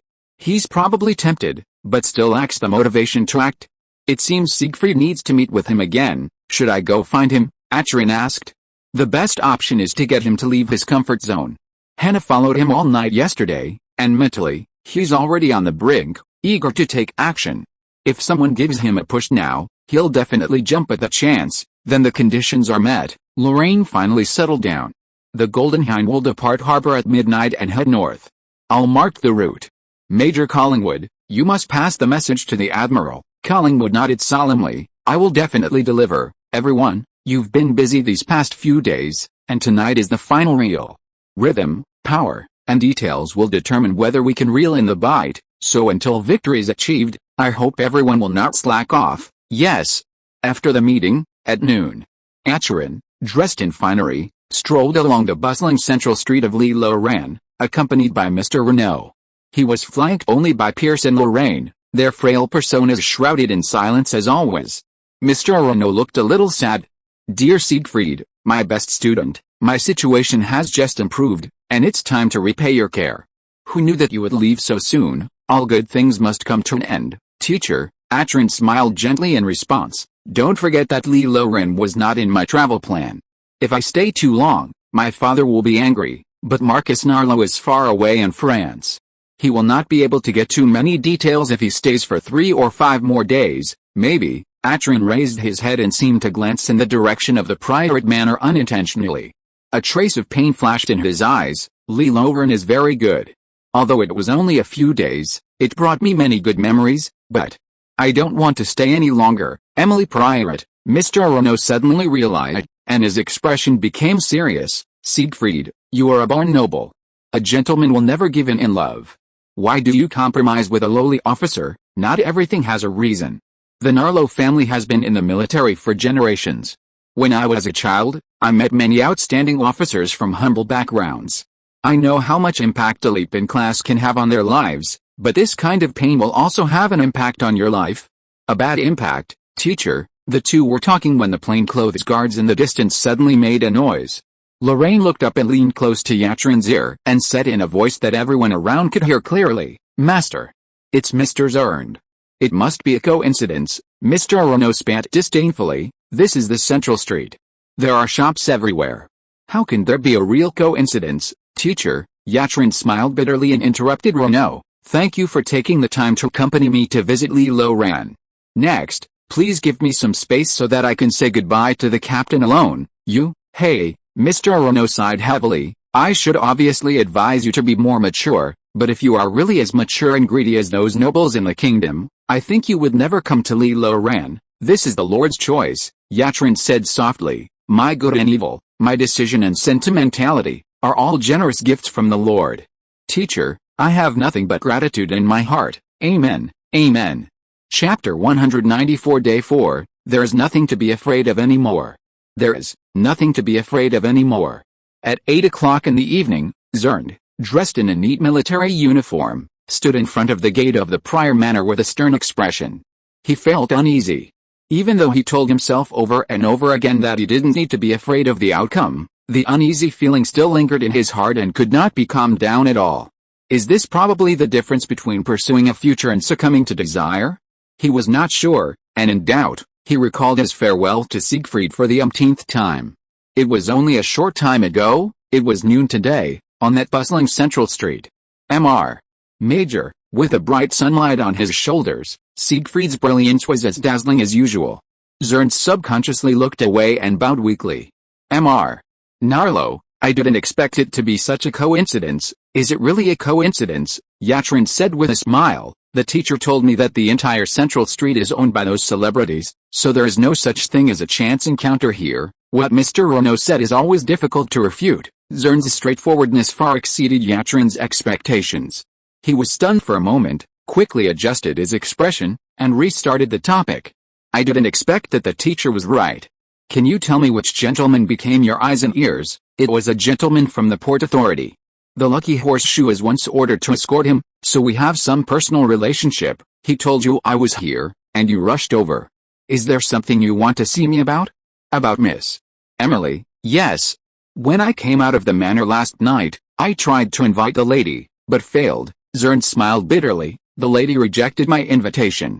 Although she didn't give a reason, it turns out that there's only room for you in her heart. Are you jealous? How is it possible? Zheng denied hurriedly. Sir, you are an angel sent by God to the world, and even your soul is pure and spotless. I have never expected to be comparable to you. Really, if the lady still thinks I have some merits after meeting you, I will only think that the lady does not know people well. Then why did you tell me? Yatrin was still as gentle and soft-spoken as before. Want to tell me that you are ashamed of yourself, so you want to keep the last face of a gentleman and bless Miss Emily and me? Yes, I'm so disappointed, Major. Zheng looked up in shock, realizing that the smile on Atrin's face had vanished without a trace. Sir, you misunderstood, Major. The French never give way to the love and desire of others, and I don't care whether you can win Miss Emily's love. I only gave in because I wanted a better life for you too, a better life, a rising star in a high position of power in the Navy, a young woman happily married. These are the memories I hope to leave behind in Lorraine. I don't want your life to be shattered by meeting me, and I don't want you to be left with a pitiful woman after a night of pleasure, someone you may never see again. That's why I am here for you. Atrin's words were tinged with a hint of sadness, the syllables entwined like sharp arrows, piercing Zheng's heart. Zheng believed this was the same pain Siegfried was enduring. Sir, you don't have to be so. I've already made up my mind. My ship will leave port tonight, and my next stop is Fort-de-France.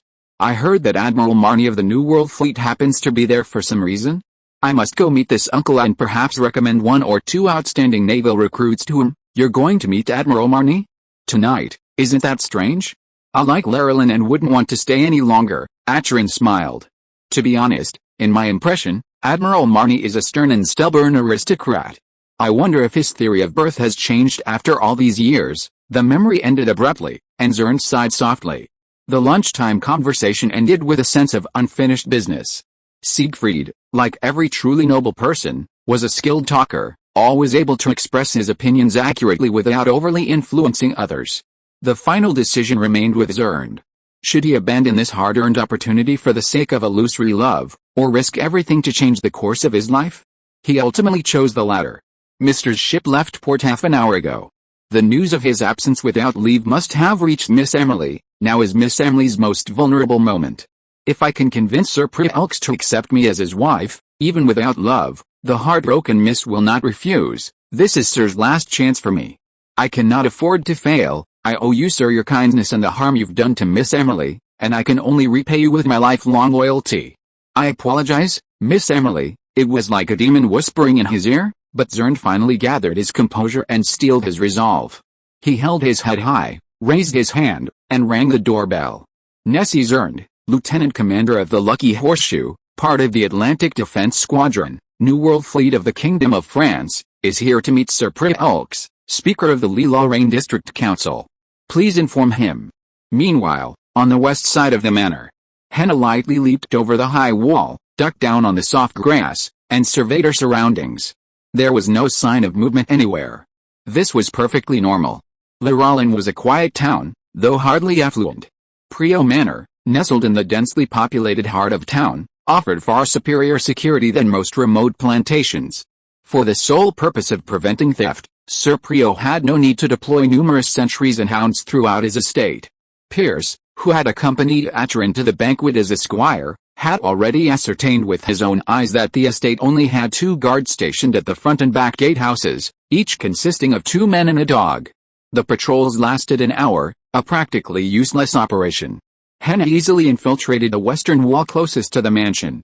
Once she was sure it was safe, she sent a signal. Soon, Lorraine, Pierce, and Atrin, now dressed in a formal attire, had scaled the wall. The 4 of them gathered together in silence. Lorraine said in a deep voice, Henna will monitor the front door, I will monitor the back door, and Pierce will set up a shooting point here to guard the retreat in case of any accidents. Yatrin, are you sure you know Miss Emily's room? Yatrin smiled evilly. Captain, you asked me if I would recognize a lady's boudoir by mistake? My answer is absolutely not. In my long life, I have entered countless boudoirs, but this is the only boudoir where I did not rush to knock down the owner after entering the room. It means a lot to me, I don't know why. But I suddenly want to see Miss Emily throw you off the balcony." Lorraine smacked his lips. Without further ado, Major Collingwood replied. "He and Admiral Nelson have set up the net. Bell told me 5 minutes ago that Zheng has entered the manor, so the final operation has begun. It is now 8:05, and we will meet again at 11:30 on the Golden Deer. Take care." "Yes, sir." So, action. Chapter 195 Day 4, Lineup. "Sir Prio, thank you for taking the time to accept my visit despite your busy schedule." In the study of the manor, Zheng Anyue was sitting solemnly. "Introduce myself once again. I'm Nessie Zheng, Lieutenant Commander of the French Navy, and Captain of the 6th-rank ship, the Lucky Horseshoe. My ship is under the command of the New World Fleet, and I'm currently serving in its subordinate Atlantic Defense Fleet. My birth." Zheng took a breath. "I was born in Colmar, Alsace. My family's ancestors were granted the title of Viscount during the reign of His Majesty the 14th. They were once important vassals of Count Datus and were prominent in the Upper Rhine. However, previous generations of our family were constantly at war, with many sacrifices. The family was often faced with a situation of young lords taking the throne, and the fiefdom had to be placed under trusteeship. Over the years, it was inevitable that the family would be known as a family that was not good at business. Around the time I was born, the family of our lord, Count Datus, died out, and the fiefdom was reclaimed by the second-level parliament. As a vassal of the Count's family, my family underwent a comprehensive evaluation. Not only were we forced to change our allegiance and swear allegiance to His Majesty, but even the fiefdom was reduced from a small town of more than 400 households to a small village with only 12 subjects. My family fell into poverty, and by the time my father inherited the title, we were no different from ordinary farmers." Zheng chuckled to himself. "I didn't receive any form of education in my childhood. The things I was best at were growing wheat and milking cows. By the age of 4, I could catch squirrels with homemade traps, and I succeeded more than once. This kind of life continued until I was 6. My father was expelled from the army for returning home without permission during the busy farming season, and we lost our most important source of livelihood. In order to keep a family of 7 alive, my father reclaimed the noble title, abandoned his loyal subjects, sold the family's ancestral home and all the property he couldn't take away, and moved our family to Martinique's pioneers, buying a small plantation of only about 100 acres of land. Life settled down again. Although we lived in poverty and hardship because we couldn't afford slaves, at least we no longer had to worry about having enough to eat, and I grew up safely and healthily from the age of 7 to 12. When I was 12, pirates attacked," Zheng Anyue recounted calmly, like a bystander narrating a worldly tragedy that had nothing to do with him. "Except my little sister and I, who were picking wild berries in the woods at the time, everyone died. It was the Navy patrolling nearby who drove away the pirates and accidentally saved my life. This was the second turning point in my life. At the age of 12, I sold my sister and joined the Navy with the money. I became a low-level sailor, not even a sailor. At the time, I was working as a signals assistant on a sloop of war called the Centaur. I was the smallest, weakest, and most incompetent of the 36 crew members on the ship. I didn't know anything. Even if I just stayed on the deck with nothing to do, I would get the deck dirty because of seasickness. I spent 3 years like this. By bribing and enduring the captain's whip, I finally became a formal sailor. At the age of 15, we encountered pirates again. Outmatched in firepower, personnel, and ship, the Centaur was sunk. Led by the first mate, I and 7 other sailors boarded the enemy ship and fought to the death. In the end, I was the only survivor of that battle. I captured the enemy ship alone, but due to a shortage of crew, I drifted at sea for 22 days before being rescued. Later, I learned that it was actually the flagship of the Pirate King. It must have encountered us at its weakest moment, which allowed me to take advantage of this opportunity. I was lucky enough to become a tool for the New World Fleet to boast about its military achievements.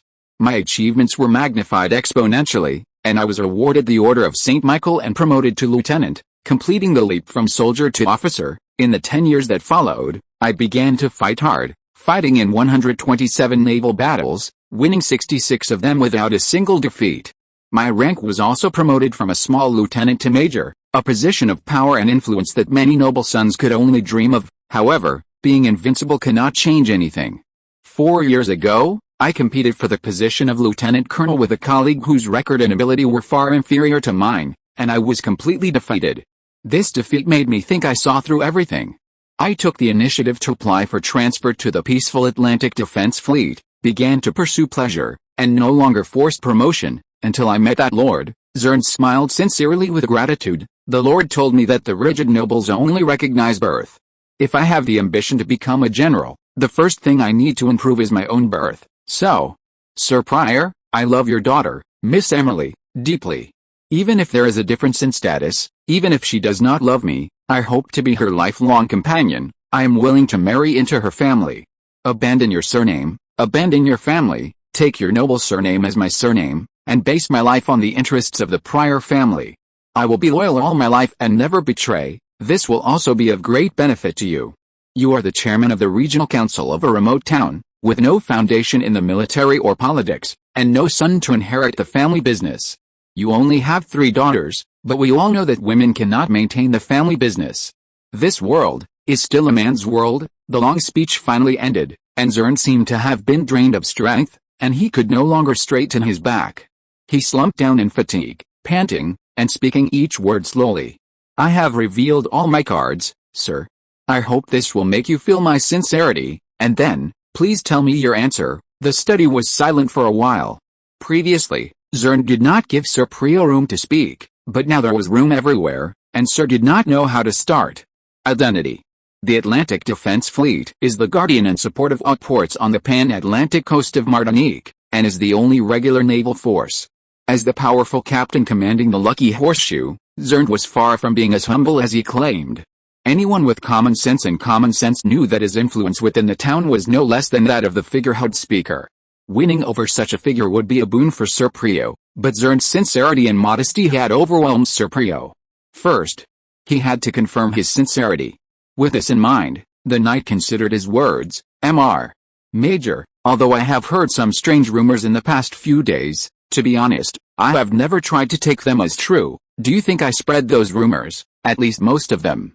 I heard that your adjutant protested to the mayor because of some rumors that damaged your reputation. Zheng simply shook his head. Whether you believe it or not, those rumors have nothing to do with me. I only know that some people are trying to help me, some are trying to harm me, and some are just hoping for chaos in the world. The matter is very complicated and it is difficult to see through it. Sir Prior raised his eyebrows in surprise. Suppose that those rumors really have nothing to do with you. What reason do you have to choose Annie, or the Prior family? Of course it's love. You keep talking about love, but if I may be frank, I didn't hear your love for Annie in your long speech. It's love, Zheng said solemnly. I love your daughter, love wealth, love power. Your daughter is the intersection of all my desires and the only choice worth everything I give. The strange expression on the Lord's face became more intense. Although I don't want to say this, there are many people in Martinique who are richer than me, and there are countless people who are nobler than me. I am not even the most powerful person in Lorraine. As for Annie's beauty, I don't think that should be within your consideration. Why ask when you already know the answer, sir? Zheng sighed disappointedly. Miss Emily is the best choice. Her value is not brought to her by the Prior family, but comes from the wish of another nobleman. It's the same for me and you. Miss Emily will be the bond between us and that nobleman. That nobleman, Mr. Siegfried Narlo. I still don't know his identity. He disdains to say it, and other people are unwilling to tell me. But in my opinion, you should know his identity. And Mr. Renault, and many celebrities in the town, Mr. Narlo's identity should not be a secret to them. Mr. Narlo, the sir stared at Zheng steadily. Captain, do you mean that your union with Annie is his expectation? Yes, the gentleman told me personally that he hopes I can give Miss Emily loyalty and happiness. That is the gentleman's kindness. Only if I give everything to satisfy the gentleman's wish can I get the expected reward. This is really beyond my expectation. Sir Prior stood up and paced 1 circle, 2 circles, and kept pace. When he reached the 6th circle, he stopped. Captain Zheng. Nessie, I remember that Mr. Narlo's ship has left the port, about an hour and a half ago. Zheng glanced at his pocket watch. I watched the gentleman's ship sail into the night. In that case, I really want to fulfill your wish. And the Prior family also welcomes an outstanding son-in-law like you, but this is no longer a decision I can make. Annie is sat in the room. If we want to fulfill Mr. Narlo's wish, you need to convince her in person. Chapter 196 Day 4, The disease is called love.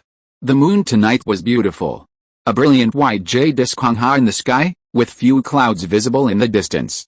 The stars were dimly obscured by the light. What a perfect day for poetry, Yatrin sighed, sincerely hoping to find a few lines of verse. However, nothing came of it. Poetry was nowhere to be found in his inspiration. He did have plenty of suitable targets. If he had an 18-pounder, he could have reduced the mansion before him to rubble in 5 rounds. This was a bad idea. Because human behavior is determined by the way we think. When thoughts of murder and arson are woven into our words, actions, metaphors, and illusions, it naturally exudes a sinister and eerie quality. In other words, there are no truly authentic actors. If someone's acting is so superb that it's hard to tell whether they're genuine or fake, they're definitely not acting. Rather, in the very act, they've completely transformed themselves into someone else. Violent brain, military brain, love brain, all the paranoid depictions of human behavior in later generations are ultimately descriptions of this kind of massive schizophrenia. Siegfried's persona is a classic combination of artistic brain and saintly brain, insulated from darkness. No matter how emotionally unstable, he could never appear murderous. Therefore, to maintain his persona, Yatrin had no choice but to release himself from his combat readiness and return to the Siegfried Narlo who hoped for everyone's happiness. He closed his eyes and muttered to himself, "I am Siegfried von Narlo.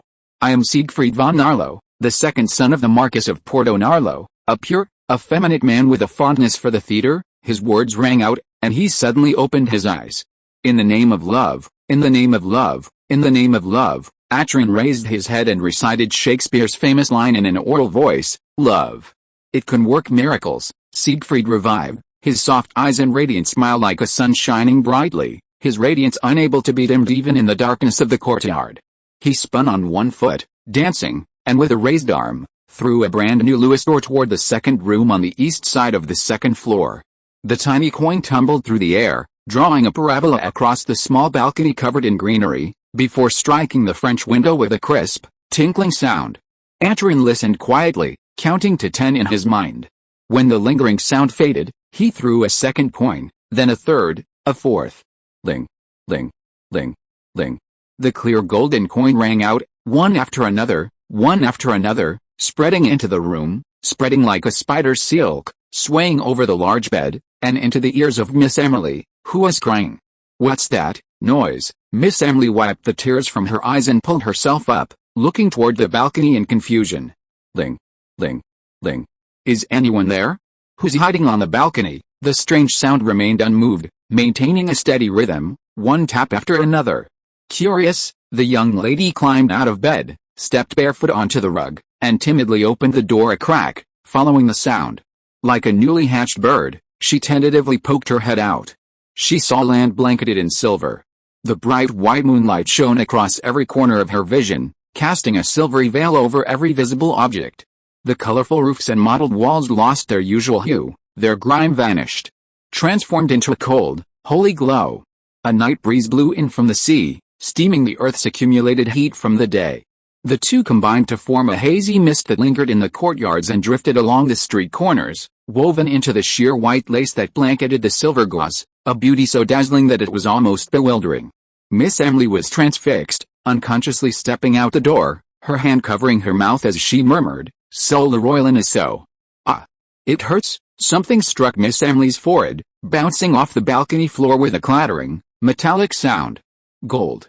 Louis. Miss Emily squatted to pick up one, but when she looked up, she found more coins, scattered across the balcony floor like a mysterious star map passed down from ancient times.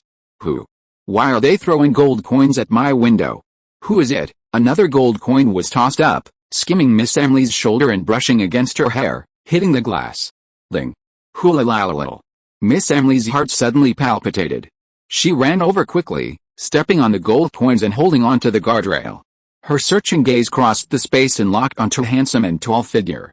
Yatrin looked at her with a smile in the dark courtyard. "My thoughts have finally reached your ears." Miss Emily's tears flowed uncontrollably. "Mr. Narlo, didn't you leave?" "I left and came back." "Why?" "I found that I was ill, deep in my bones, and no medicine could cure me." Miss Emily felt a pang of pain in her heart, and even if she clutched her clothes tightly, it didn't ease the pain at all. "You?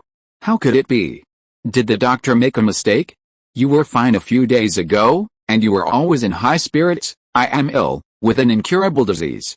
Even if we gather the best doctors in the world, they can't cure me. Yatrin opened his arms and made an affectionate hug towards Miss Emily. Annie, that is the most terrifying disease in the world. It is called love. In the quiet night, in the quiet boudoir, Yatrin and Emily snuggled up on the soft blanket. I have never told you my true identity. My name is Sieg von Nero, heir of the Nero family, Marquis of Porto, and the second son of the Bourbon family through the collateral line. In terms of bloodline, His Majesty the King is my cousin, although I have not had the honor to see him so far. I know. Miss Emily nodded her head into Yatrin's arms, blushing and whispering, in fact, my mother told me your identity before the banquet, Madam Prior. Yes, I allowed the teacher to tell Sir Prior about my identity. It is not surprising that Madam knows this. Miss Emily shook her head. In fact, most families in Lorraine know your identity. The circle here is very small, and such important news cannot be kept secret. Is that why I was favored by the ladies on the night of the banquet? No. No. You are full of charm. No lady in Lorraine can stay sober in your eyes, including you. At that moment, the two looked at each other. Yatrin's eyes were frank and fiery, constantly burning Emily's reason, but she had nowhere to hide. Does that include you? Yatrin asked again, his words soft and gentle. Emily completely succumbed to that damn tenderness, her eyelashes fluttering, her red lips parted. Yes, yes, well, her clothes fell away. The wind blew away the clouds, and the world opened up. Emily's boudoir was a mess. The mistress of the room, pulling the thin silk quilt, lazily reclined in Yatrin's arms. I think I must be crazy. Yatrin was still Siegfried, his face devoid of the slightest trace of post-love satisfaction. Hidden beneath the tenderness was only pain and regret. Annie, you know what? The reason I came to the New World this time is to go to New France and marry Esliber's eldest daughter. She's my fiancée. The engagement has been made for 14 years, but I've never met her. 14 years ago, she was still just learning to speak and couldn't bear the responsibility of going on a blind date with a teenager, but she will still be my wife. It's destined, there's no doubt about it. In France, where love is the most respected, the ruling nobles regard love as an unnecessary embellishment. Our marriage has been regarded as family wealth, a tool, an object from the beginning. I never questioned the rightness of this before. If I hadn't met you, I probably wouldn't question it now. I'm so stupid. The self-destructive declaration was only halfway through when Emily suddenly put her arms around Yatrin's neck, raised her head, and firmly blocked his mouth with her red lips. A long, wet kiss. I don't like you slandering yourself like this. You're like a prince in a fairy tale, possessing a flawless soul. You are noble, and to have you in my life, even for just a moment, is the greatest honor of my life. I'm not as good as you think, silly girl. Then please let me live in my dreams, Your Highness. The silk quilt rippled again, but this time the initiative fell into Emily's hands. The wind blew, the rain fell, the waves rolled, and then calmed. Yatrin gently brushed Emily's hair against her forehead and sang softly, Emily, Emily. Why did you have to be Emily? The Lord hid his angels in these desolate mountains and seas, preventing me from seeing your face sooner. Ah. We are so well matched, why can't we be together forever? Emily wearily rose and moved back into Yatrin's arms. Gentle Sieg. If you truly love me, please tell me honestly. If you find me too easily yielding, I will put on a scowl and feign stubbornness to reject your kindness, so you can gently plead with me. I do love you. Yatrin suddenly pulled away from Emily and stood up naked. I've been a puppet for half my life, and today I finally have my own thoughts. I'm going to fight, Annie. He leaned over and gently kissed Emily's forehead, then snatched away a red-stained handkerchief and held it in his hand. I'm going to fight. Tell Esliber I don't want to marry his daughter. Then I'll return to Europe and convince my father to propose to you. I may fail, but even Don Quixote had the courage to challenge windmills. Am I any less capable than a down-and-out Spanish knight? I will win, Annie. Believe me, wait for me. If I haven't come to see you in 6 months, you'll be free. Then, please carry my love, and live on. Goodbye, my beloved. If you are listening to this novel on a channel other than Fanfic World, it means it was downloaded and re-uploaded without effort. We warmly invite you to visit our channel, Fanfic World. There you will find the original version of this story and many other novels of various genres. We look forward to seeing you dive into a world of incredible novels. Chapter 197 Day 4, The Mask of the Ball. Yatrin left, as gracefully as he had arrived, tumbling over the balcony and disappearing into the night. Emily lingered, reluctant to leave, staring at the wide-open balcony door, its curtains billowing. Suddenly, her lips stretched into a silent, meaningless smile. The air fell silent, and it was unknown how much time had passed. Footsteps echoed in the corridor, 4 or 5 intertwining in a chaotic cacophony, no one pursuing them. Someone knocked on the door outside. Sir Prio asked in a commanding bass voice, "Annie, are you asleep?" Emily rolled lazily onto her side, letting the moonlight illuminate her ivory-smooth body. Sir Prio called from outside, "Annie, I've brought a guest. Father, please come in. Please wait outside." "I'm not in a position to see guests right now." The door swung gently, letting in Sir Prio's reserved humility and Zern's restrained, somewhat inexplicable return of greeting. After 2 simple clicks, the door closed again, and Sir Prio crossed the neat living room and entered his bedroom alone. The room was dark. Despite the moonlight from the balcony, the suddenly narrowing light gap still made the night's vision pitch black. But Emily was clearly awake. In the dark room, with no one around, the knight couldn't help but feel displeased at his well-behaved daughter's disrespect. He muttered, wanting to call someone in to light a lamp. "Annie, only lowly mice love darkness. We are celebrities, we should be oriented to the light. Father is wrong. Astrea is the most beautiful goddess. Even if that name is just a pagan fantasy, it proves that humans have known the beauty of the stars and the moon since ancient times." "How did you?" His vision gradually returned. A misty moonlight lingered in every corner of the room, and the floor was covered with mess and chaos. Emily lay on her side in bed, her head propped up, naked, her hair tangled and drooping to one side, her face still stained by the afterglow of orgasm. How could the knight not understand the meaning of this scene? "Annie, who's been here?" Seek. "Mr. Narlo, my prince, son of Porto, heir of Robert, Count of Clermont, and Beatrice, whatever his name is, he's my dearest lover." The knight's pupils suddenly narrowed. "But I heard his ship left port earlier this evening. He's returned, carrying with him both love and guilt, to steal my most precious treasure, to challenge the invincible world." The invincible world. Emily stood up joyfully, letting the silk blanket slide off, revealing her alluring body, not shying away from the knight's gaze. The knight, like a dead object, remained unresponsive, his previous look of astonishment lingering. "Father, Sigurd said he loves me. For this love, he will challenge the authority of Marcus Nerwux and cancel the engagement that has been made for 14 years. Do you think it's possible?" The knight's voice was cold. "Since you were 4 years old, I have invited famous socialites from all over the country to teach you. Your current social teacher is the Lady Bequi, who is famous throughout France. Don't they even teach you that the interests of the family are supreme? Of course I know that I may never see Sigurd again, but so what?" Emily's fingertips gently stroked her collarbone. "I love him, he loves me, and this love has finally come to fruition tonight, and no one can doubt its authenticity anymore. Have you ever thought about its value? I'm just a country girl from a remote place. My beauty and fame have never spread beyond the small city of Martinique. What is my body worth? Nothing. You are already very rich. In the small circle of Martinique, there are very few people who can make you richer and more powerful, and even fewer who can contribute to the future of the family. It's different now. I have Sieg's love. If he wins, you'll become a relative of the Marquis of Narlo. Invest a gold coin and reap a mountain of gold. Even if he loses and we never meet again, you can let the world know that there's a noble man who, after all the glory of the world, loves only me. More people will praise my beauty, more people will admire me, be fascinated by me. I can bring more to you, more to our family. Father, noble innocence is a treasure of the world, and all I need is to wait for him for half a year." "What do you think?" The knight stood there in a daze. "Half a year?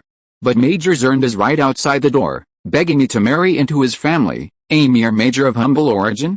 How ridiculous, Father. Your daughter is a rare and precious flower in the world. Are you planning to trade me for just a barren piece of land?" "I understand." The simple carriage slowly made its way toward the docks, the atmosphere within somewhat subdued. Lorraine, Henna, Pierce, and the triumphant Atrin gathered together.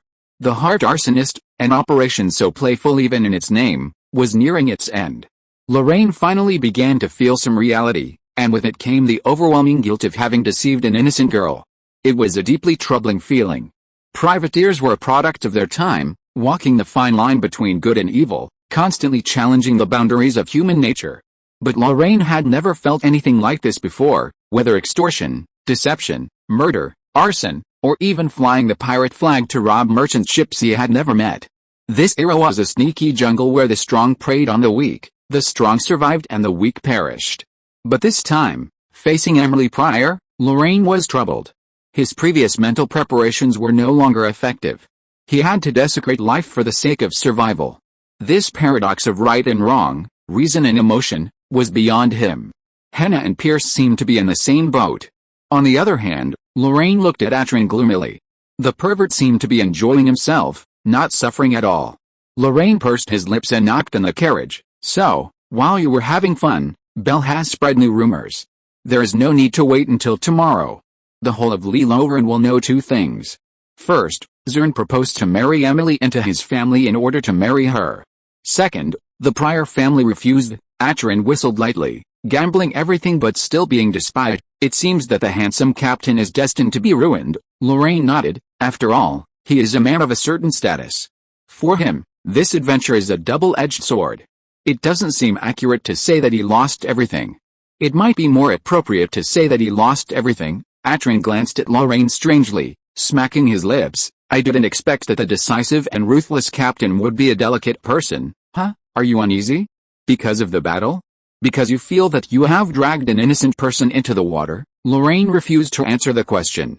Atrin chuckled. Captain, I'm not very familiar with the social circles in England, so you probably don't understand the aristocratic world on the continent. Don't persuade me. Lorraine answered the question irrelevantly.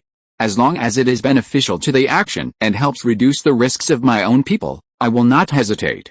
I can tell what is important and what is not. That's the key. Atrin shook his finger. Captain, there is a group of romantic people who feed on love in France and even in the countries on the continent. We have long been accustomed to considering interests in love together. Regardless of gender, love is part of social interaction. There is no innocent love in our world. The reason why I dare to promise to conquer Miss Emily within 5 days is because Siegfried is a prey that she absolutely cannot miss. Siegfried is the prey. Is it strange?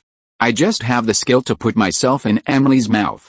Except for Zheng, no one is the victim of this love. Similarly, Siegfried, who never comes back, cannot bind her. This is common sense that applies to the world. Tisk, shameless Frenchman. Unknowingly, it was 11 o'clock at night. As the day's journey drew to a close, a distraught Zheng appeared at the end of the dock in a carriage. This was a rare occurrence.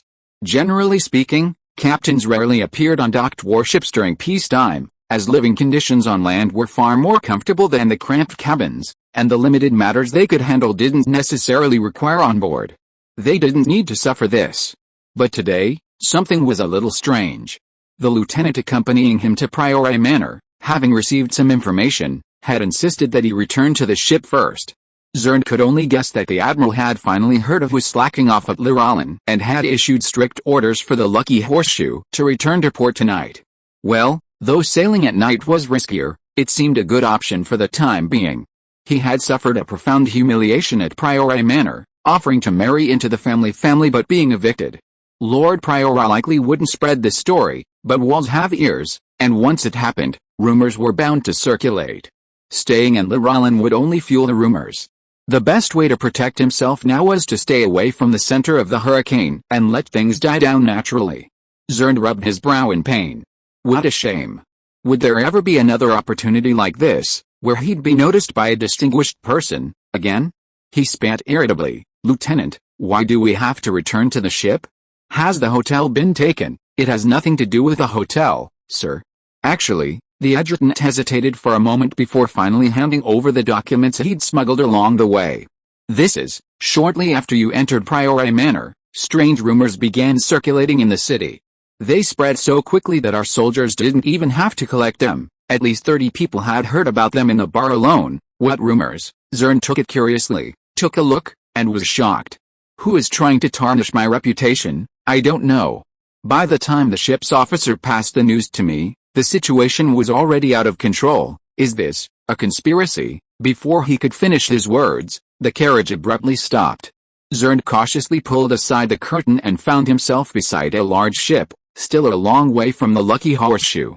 However, the carriage was blocked by a group of unfamiliar sailors. These people gave him a terrible premonition, as if something bad was about to happen. Zheng took a deep breath and strode out of the carriage. Dare you stop the Navy from traveling? No one responded. No one in front of Zheng responded, but a voice came from the bow of the large ship. Oh my. My dear subordinates told me you'd definitely leave port tonight. I didn't believe it, but I didn't expect you to actually come. Zheng turned around in surprise. Narlo. Aren't you leaving port? Yes, if I hadn't, how could you have felt the urgency of time, and how could you have rushed off to marry into the family? If you hadn't done anything, this trip to Lorraine would have been so boring. Atron's tone was long and slow, punctuated by every inflection, making Zheng feel like he was sinking into an icy cave. Sir, I don't understand. If you can't even understand that, Major, you've really lived up to my expectations. Stupid, so stupid. Stupid. Yes, thanks to you, I've had a wonderful vacation in this countryside. I'll probably be savoring it for a few days. Atron laughed like a villain. By the way, you probably still can't understand why you, despite abandoning your dignity, are still rejected by this tiny speaker's mansion. He pulled a piece of silk from his lapel and tossed it down the bow, letting the wind carry it. Enough fun, let's set sail. The silk handkerchief fell into the water, and Yatron stretched lazily and turned around. Really? After sailing, there is another boring sailing. When can I settle down and find an interesting toy again? Life is short. Chapter 198 Day 5, Gate of Hell. May 10th, on the route from Lorraine to Sainte Marie in Martinique, Cape Hellings was a prominent land edge near the town of Sainte Marie. It's not very wide, stretching less than 100 meters across, steep and towering. It splits in two in the middle, leaving only a straight path a little over 20 meters wide. This creates a unique landscape with cliffs within and screens outside, resembling the majestic and precipitous passes of mainland China. This peculiar route is feared by the local indigenous people as the Gate of Hell. Hell is a literal translation of the word hell in Quechua. The ominous concept of harboring despair and guiding death is common in myths and legends of any system. Since it is so solemnly named, this area has undoubtedly borne some misfortune. It is a favorite offshore hunting ground for pirates. The long and narrow path generates strong, steady winds, and the towering walls restrict vision, making it impossible for those inside the gorge to detect ambushes outside. Therefore, even if it takes half a day longer to detour, ships familiar with local maritime practices will try to avoid this dangerous area and instead choose the wider and more comfortable coastal route. Of course, the noble Siegfried was certainly unfamiliar with the maritime practices of this area, and faced with an obvious shortcut, he had no reason to detour. A shrill voice echoed from the Lucky Horseshoes lookout. The target light has been captured ahead, heading due south, 8 kilometers away, with a tailwind. The route has been confirmed, and the target has entered the Gate of Hell. It's just as I expected, Mr. Narlo. Zheng clutched the silk handkerchief tightly in his hand. Set sail, speed up, and catch up. 8 kilometers is too long, we will miss the best attack position. The adjutant stood by worriedly, and reminded softly, Sir, I don't doubt the legality of your inspection of suspicious ships, but now it's a night voyage, and the light in the canyon is insufficient. The visibility may be less than 1 kilometer. It's not right to chase after them rashly. Are you worried about an ambush at the gorge, Lieutenant? My lord, understand, you worry too much, Lieutenant. Zheng sneered and shook his head. The Gate of Hell is in advance, and the target is always in front of us. Even if there are pirates hiding in the gorge, the target will blow them out. We have enough time to react, but you said that the target is suspected of being a pirate, and the people ambushing at the gorge may very well be his accomplices. You need to calm down, my lieutenant. Zheng shook his hand impatiently. First, the targets are only suspected of being pirates for now, and there is no evidence to prove that they are pirates. Second, the ambush at the gorge is just a guess, and there is no evidence to prove the existence of an ambush. Third, even if both are confirmed, the possibility that they are accomplices is still very small. Use your brain well. Your assumption is that the other party clearly knows that we are following behind, and then uses themselves as bait to lure us into the trap. Is this possible? Is the possibility high? During night flight, lookout is useless, and the naked eye is our most reliable observation tool, which means that the observation range of night flight is almost impossible to reach 5 kilometers.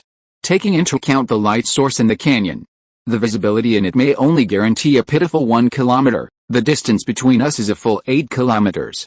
They can't see us at all, but we can easily track them with the light of the wind lantern. Would a sneaky person put themselves in a disadvantageous position, where the enemy is hidden and we are in plain sight?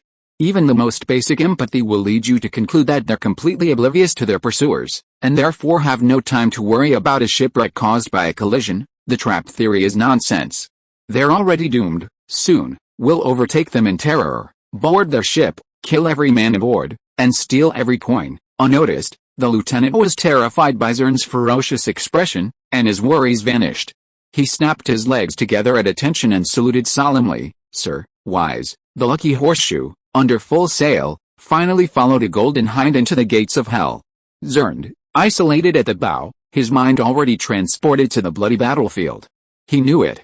He had long heard that the nobles who remained in Europe had become corrupt and degenerate, no longer content with the extravagant life and the thrill of the game of hunting for women. For the so-called fun, they began toying with life. Cruel jackals disguised as saints, selecting their favorite toys from the crowd, slowly arousing their desires until they reached the pinnacle. When they were tired of playing, satisfied, they would strike down the towering structure with a single blow, reveling in the toy's poignant despair. How similar. Siegfried Narlo was the jackal's foremost, and Zheng, wasn't he the foolish, pathetic toy? Why hadn't he noticed sooner? There's no such thing as a free lunch, such a simple truth. Why hadn't he thought of it before? Damn it. Damn it. The elusive rumors, the hostile Renault, the treacherous Prio, and finally, that blood-stained handkerchief that sealed everything. Such an intricate game, one unaware of the trap. Even Zheng, looking back now, still marvels at it. He lost with conviction. But the almighty Siegfried wasn't invulnerable. Whether it was because he was in a foreign land or to continue this cruel game, whatever the reason, Siegfried had hidden his identity. He hid it so well that few in all of Lorraine knew the truth. Zheng keenly spotted his final opportunity to strike back. He used Siegfried's wealth to provoke the sailors' greed, then used his flimsy pirate theories to justify their actions. Who in the world wouldn't know that? Poverty is the only standard of goodness, and behind every gold coin lies sin. Destroy, destroy. Since his life was beyond redemption, let that once unattainable son of a wealthy family be buried with him. Buried with him. Staring at the endless darkness before him, Zheng grinned, revealing a mouthful of perfect white teeth. I am not wrong, not wrong. From the very beginning, it was this world that was wrong. Across the channel, Nelson stood silently atop the stern deck, leaning on his command sword. Before him lay a funnel-shaped expanse of sea, its wide side connected to the Atlantic Ocean, its narrowest point the mouth of the Blackling's Point Channel. The Badger and Wasp lay anchored in a relatively static, parallel position on either side of the channel, less than 30 meters apart, sails fully reefed, anchors heavily in the water. This position had been maintained for over 4 hours. Last night, ever since Collingwood had brought word of the nets, Nelson had ordered the Badger and Wasp to move from their hiding places to the combat zone. They had remained in fearful hiding all day, and only after dark did the two ships cautiously move into their prepared positions. If memory serves, it was around 9 or 10 p.m. Although Lorraine had promised to lure the target into the net before the morning star reached its zenith, this was their first joint naval engagement. Even with his uncle's guarantee and the immense praise he had received during the Naval Academy, Nelson still worried about whether Lorraine would show up as promised. The ocean's uncertainty is incomparable to that of solid land. A gust of wind, a wave, a rock, a single quarrel could bring the voyage to an end. Individual heroism is meaningless at sea. Aboard a ship, collective effort reigns supreme, and the only thing one can rely on is the collective. But Lorraine seemed more adept at acting alone, leading his ship and his men without any need for their assistance, in other words, without giving them the chance to get to know each other. Will we make it? When? How? Nelson gritted his teeth, swallowing the words he uttered into a commanding groan. Just as he was about to resume the routine mobilization, he suddenly heard a strange sound of water. He glanced at his first mate, who nodded. It's the breaking of waves. Breaking waves? Could it be the Golden Hind? The Lucky Horseshoe? Or some other cloven-hoof animal? The sound of breaking waves grew closer, yet the ship's speed remained undiminished. Soon, a massive vessel emerged from between the Badger and the Wasp, sails fully inflated, and sailed away into the wind. Nelson caught sight of Lorraine in the light of the larger ship. As they passed each other, he raised his hand and hurled a harpoon. The sharp point was wrapped in cloth, the long shaft wrapped in silk. Is it a letter? Nelson asked. Bring it to me immediately. The sailors rushed up and brought Lorraine's letter. Nelson shook it open, revealing a few lines of scribbled handwriting. The horseshoe is mine. Don't damage it. Nelson suddenly burst into laughter. Light the wasp. Weigh anchor and reel in the nets. Chapter 199. The wind chimes ring gently. Report. The target is leaving the strait. The course remains unchanged. The relative speed is -1.5 knots, and contact is expected in 30 minutes. The distance to the strait is 3 kilometers, and we are about to leave the strait. About to leave the strait. Stand by for orders. The captain orders the wingsails to be spread out after leaving the strait, and the entire ship will accelerate. Speed up alarm. Collision alarm. Deck personnel are stationed nearby. The wind is expected to cut to the right, and the expected speed is 12 knots. Level 2 combat readiness. Idle personnel immediately go to their superiors to collect weapons, and there is a full boarding warning. Combat readiness. The strait was approaching, and there was a bustle on the deck of the Lucky Horseshoe. The sailors carried out the orders issued one after another in an orderly manner, speeding up, cutting the wind, warning, boarding. The multiple orders were arranged in order in the minds of every sailor according to the training manual, and then subdivided into each position to form personal instructions, telling them where to go and what to do. Every sailor knew his duty. Even amidst the chaotic rush of activity on the deck, not a single one seemed lost or idle. This efficiency and imposing presence fully embodied the unrivaled demeanor of the world's second-largest maritime power. Zheng admired the spectacle of the Lucky Horseshoe launching into full gear with rapt attention. This was his ship. Even though its firepower was far inferior to those of the larger 4th and 5th tier ships, the exceptional skill of his crew alone gave him the confidence to challenge any foe below the battleship level. For example, those flickering sparks in the distance. The lieutenant ran up, tugging on a thick rope. Captain, considering the upcoming list, Zheng slowly opened his arms. Lieutenant, please secure me to the bow. I intend to enjoy the magnificent scenery ahead. Yes, the Lucky Horseshoe, bearing the wind, rode the waves, its sides widening and its view brightening. Zheng closed his eyes in contentment, embracing the moonlight. Come on, Porto bastard. Today I'll show you America's speed. Wingsail, hooks. Cast. Heart-wrenching cries exploded in his ears. Zheng opened his eyes in panic, only to see dozens of hooks snaking through the air like snakes. Sharp claws scrambled to the deck of the Lucky Horseshoe. Some snagged directly onto the hull, snapping it upright, while others left only shallow scratches, scattering sawdust as the ship crossed. The most devastating hook pierced a sailor.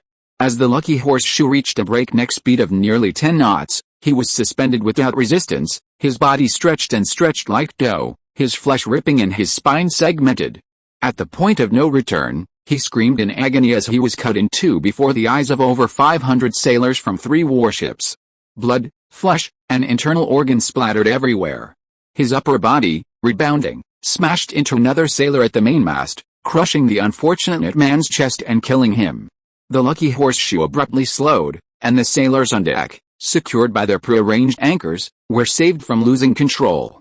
But they soon heard the next, terrifying command: musketeers, fire. With calculated precision, the Badger and Wasp assembled a musketry of nearly 200 men alongside the side of the ship, opening fire simultaneously in a standard volley pattern, aiming like an execution at every French sailor who had tied himself to the deck. Blood and flesh flew everywhere. Without cannons or the flash of swords, the seaborne volleys, in this unique ambush, were no less powerful than those on land. The dense stream of lead bullets practically ripped everything alive on the deck to pieces. The adjutant was dead. The young soldier had tackled Zheng at the moment the ambush began, subconsciously turning himself into a shield and blocking nearly 20 bullets with his back.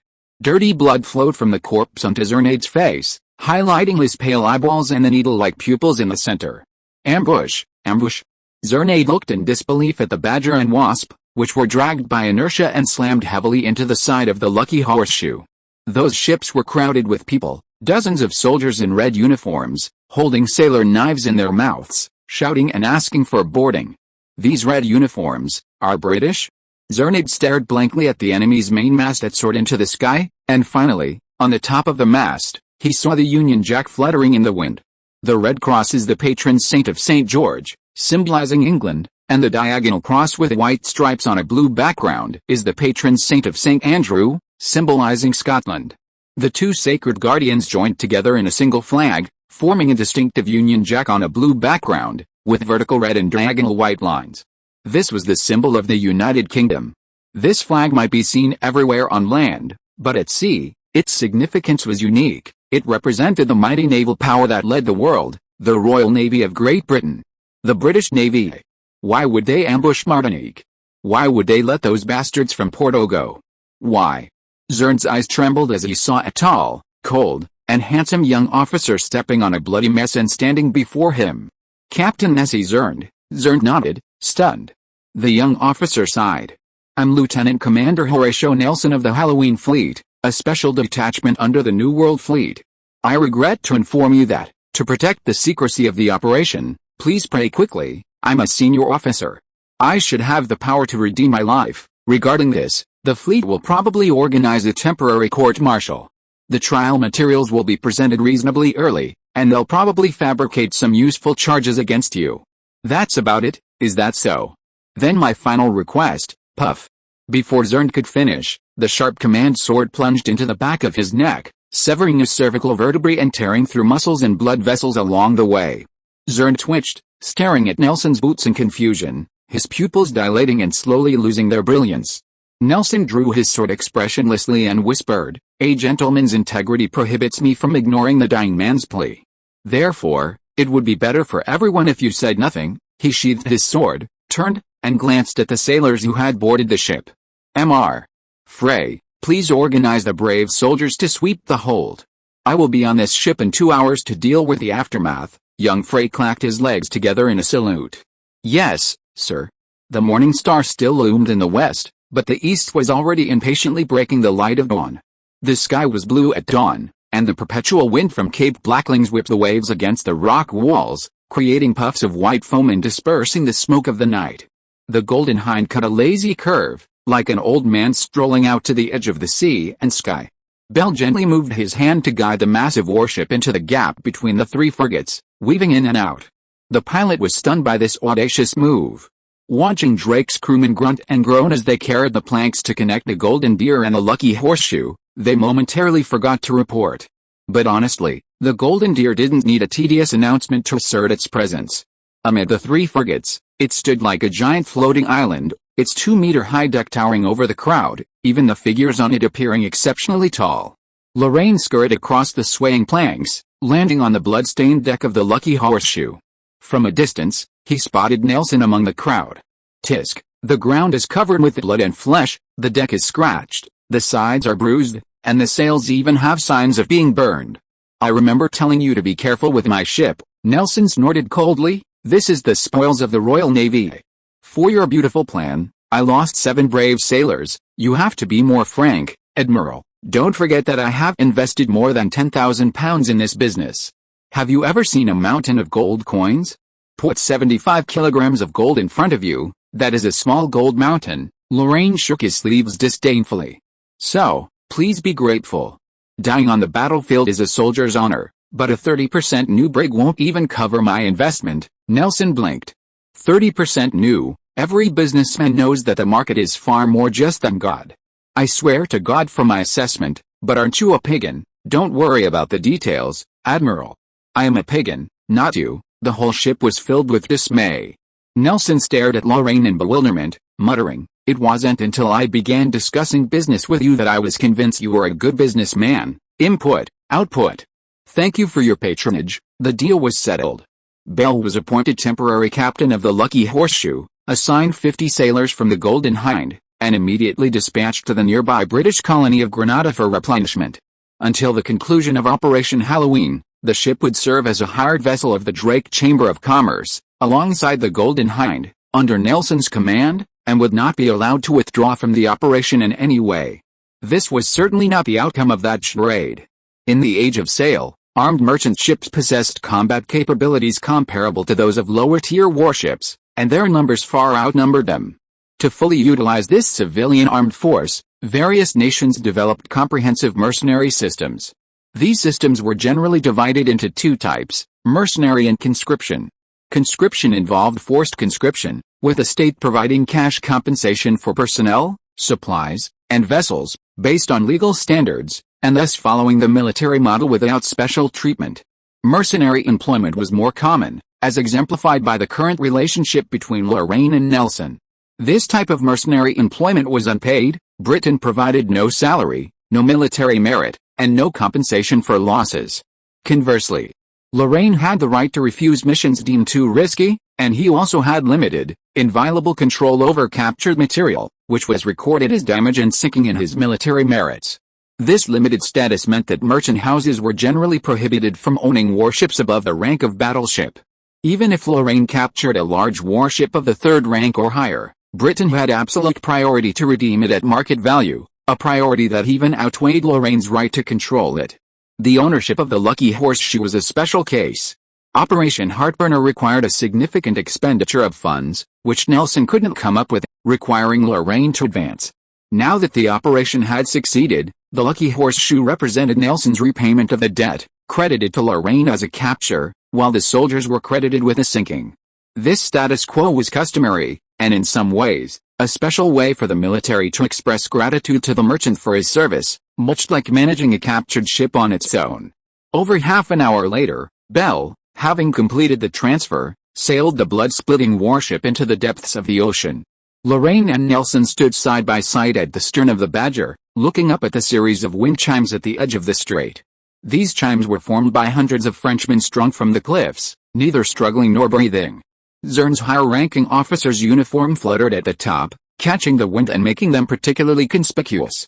Lorraine touched his nose. "Admiral, you just hanged all the prisoners. Most of them were dead, and a small number were living people who were hanged. I remember there were 87 of them. A fight to the death? Isn't a fight to the death what we are pursuing?" Nelson smiled. "I picked out the 20 people with the worst mental state and let them go.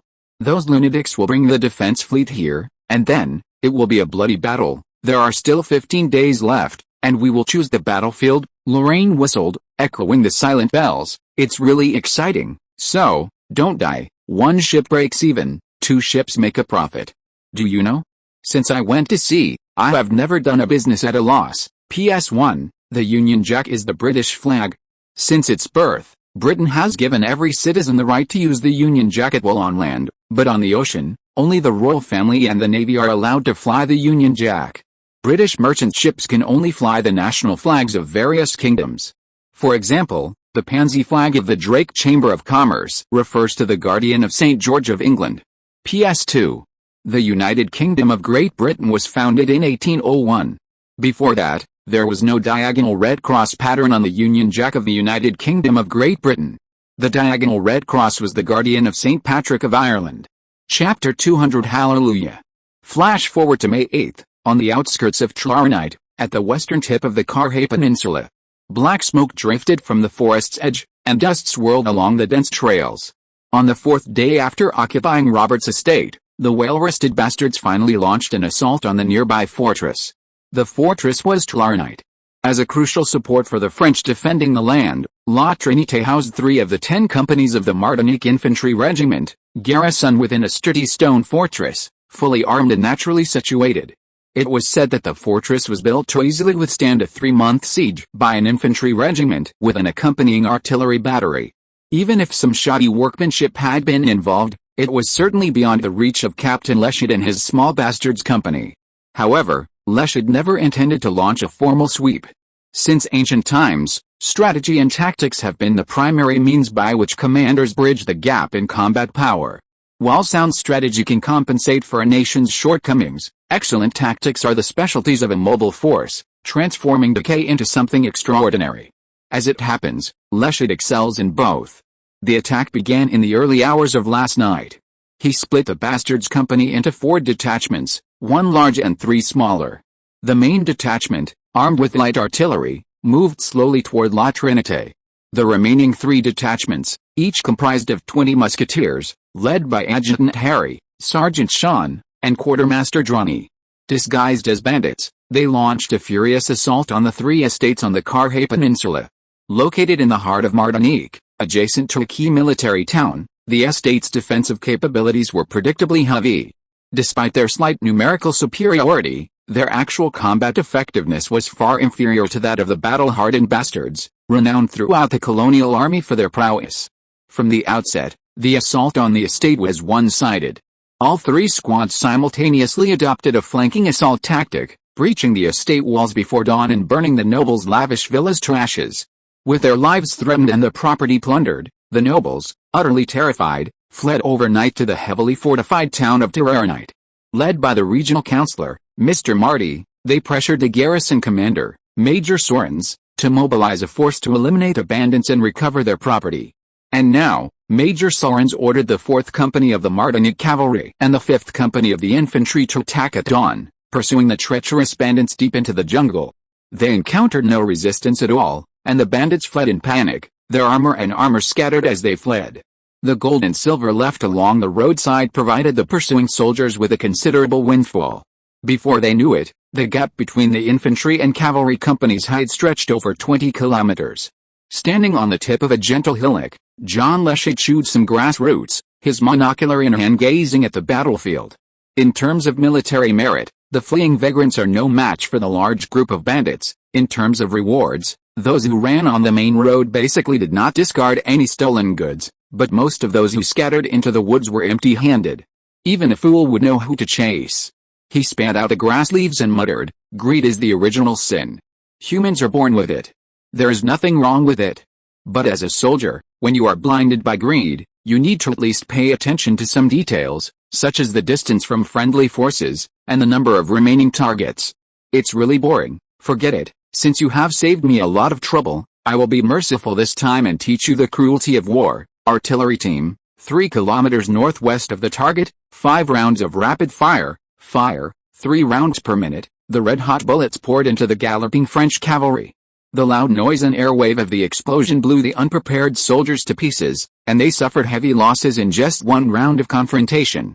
Before they could react, the 5 cannon shots had finished, and the fleeing bandits had already turned back, firing the pistols repeatedly, wantonly harvesting the already terrified lives. When the drums of the infantry on both wings sounded, the cavalry company commander made a decisive decision and surrendered his entire force, decisively ending this one-sided massacre. On the hilltop, Rashid remained indifferent to the progress below, his binoculars already focused on his second prey in the distance. They might have heard some movement, but the distance prevented Rashid from discerning their expressions. Orders: the forced troops will collect the prisoners. The 8th Company will advance immediately and cooperate with Sergeant Lane to encircle the enemy infantry company. The messenger rushed down the hillside, shouting. Soon, 100 or so blacks and Indians emerged from the woods and swarmed over the freshly captured French prisoners, seizing their rifles, swords, horses, and even their sturdy uniforms and boots. Shouting, screaming, shrieking. Rashid soon concluded that such prisoners could no longer pose a threat. The pitiful sight of them, each one clutching their shoulders and stifling tears, looked more like a group of young girls, caught in the clutches of a barbarian and having just experienced hell. I wonder if the company commander is dead? If not, it would seem rude of me to do this, Rashid muttered as he walked down the hillside, smiling as he greeted the strongest black man in the group. Sander, thank you for your hard work. The tall black man prostrated himself at Rashid's feet, prostrating himself twice and reverently kissing the tip of Rashid's boot. Respected Savior, you rescued us from the White Devil, gave us trust, and empowered us. It is our greatest honor to die for you. I like this kind of morale. Lisha drew his sword and pressed it on the black man's head. But Sander, your people have endured torture for too long, and they are all skinny. I really can't bear to let you fight with the French. We have the protection of our ancestors, and everyone is a natural warrior. Savior, even if we are thin, we have enough strength to kill the enemy for you. Very good, I understand. Well, I will consider giving you a chance to fight.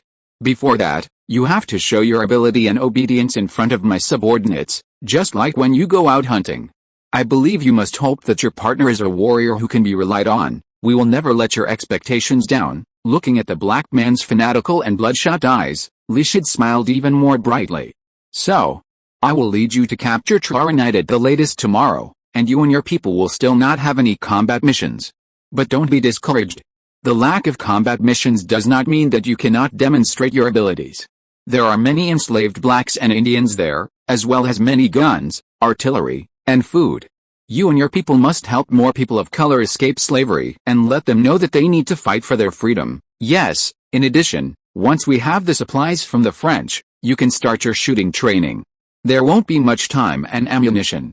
If you don't want to be abandoned by me, you must do your best. Yes, also, is the highest ranking officer among the captives still alive? The old black man blushed, lowered his head and said shyly, Savior, we don't know how to distinguish military ranks. If I guess correctly, he should be clamoring to see me now. The black man suddenly realized, there is such a person, wearing a wig and jewels.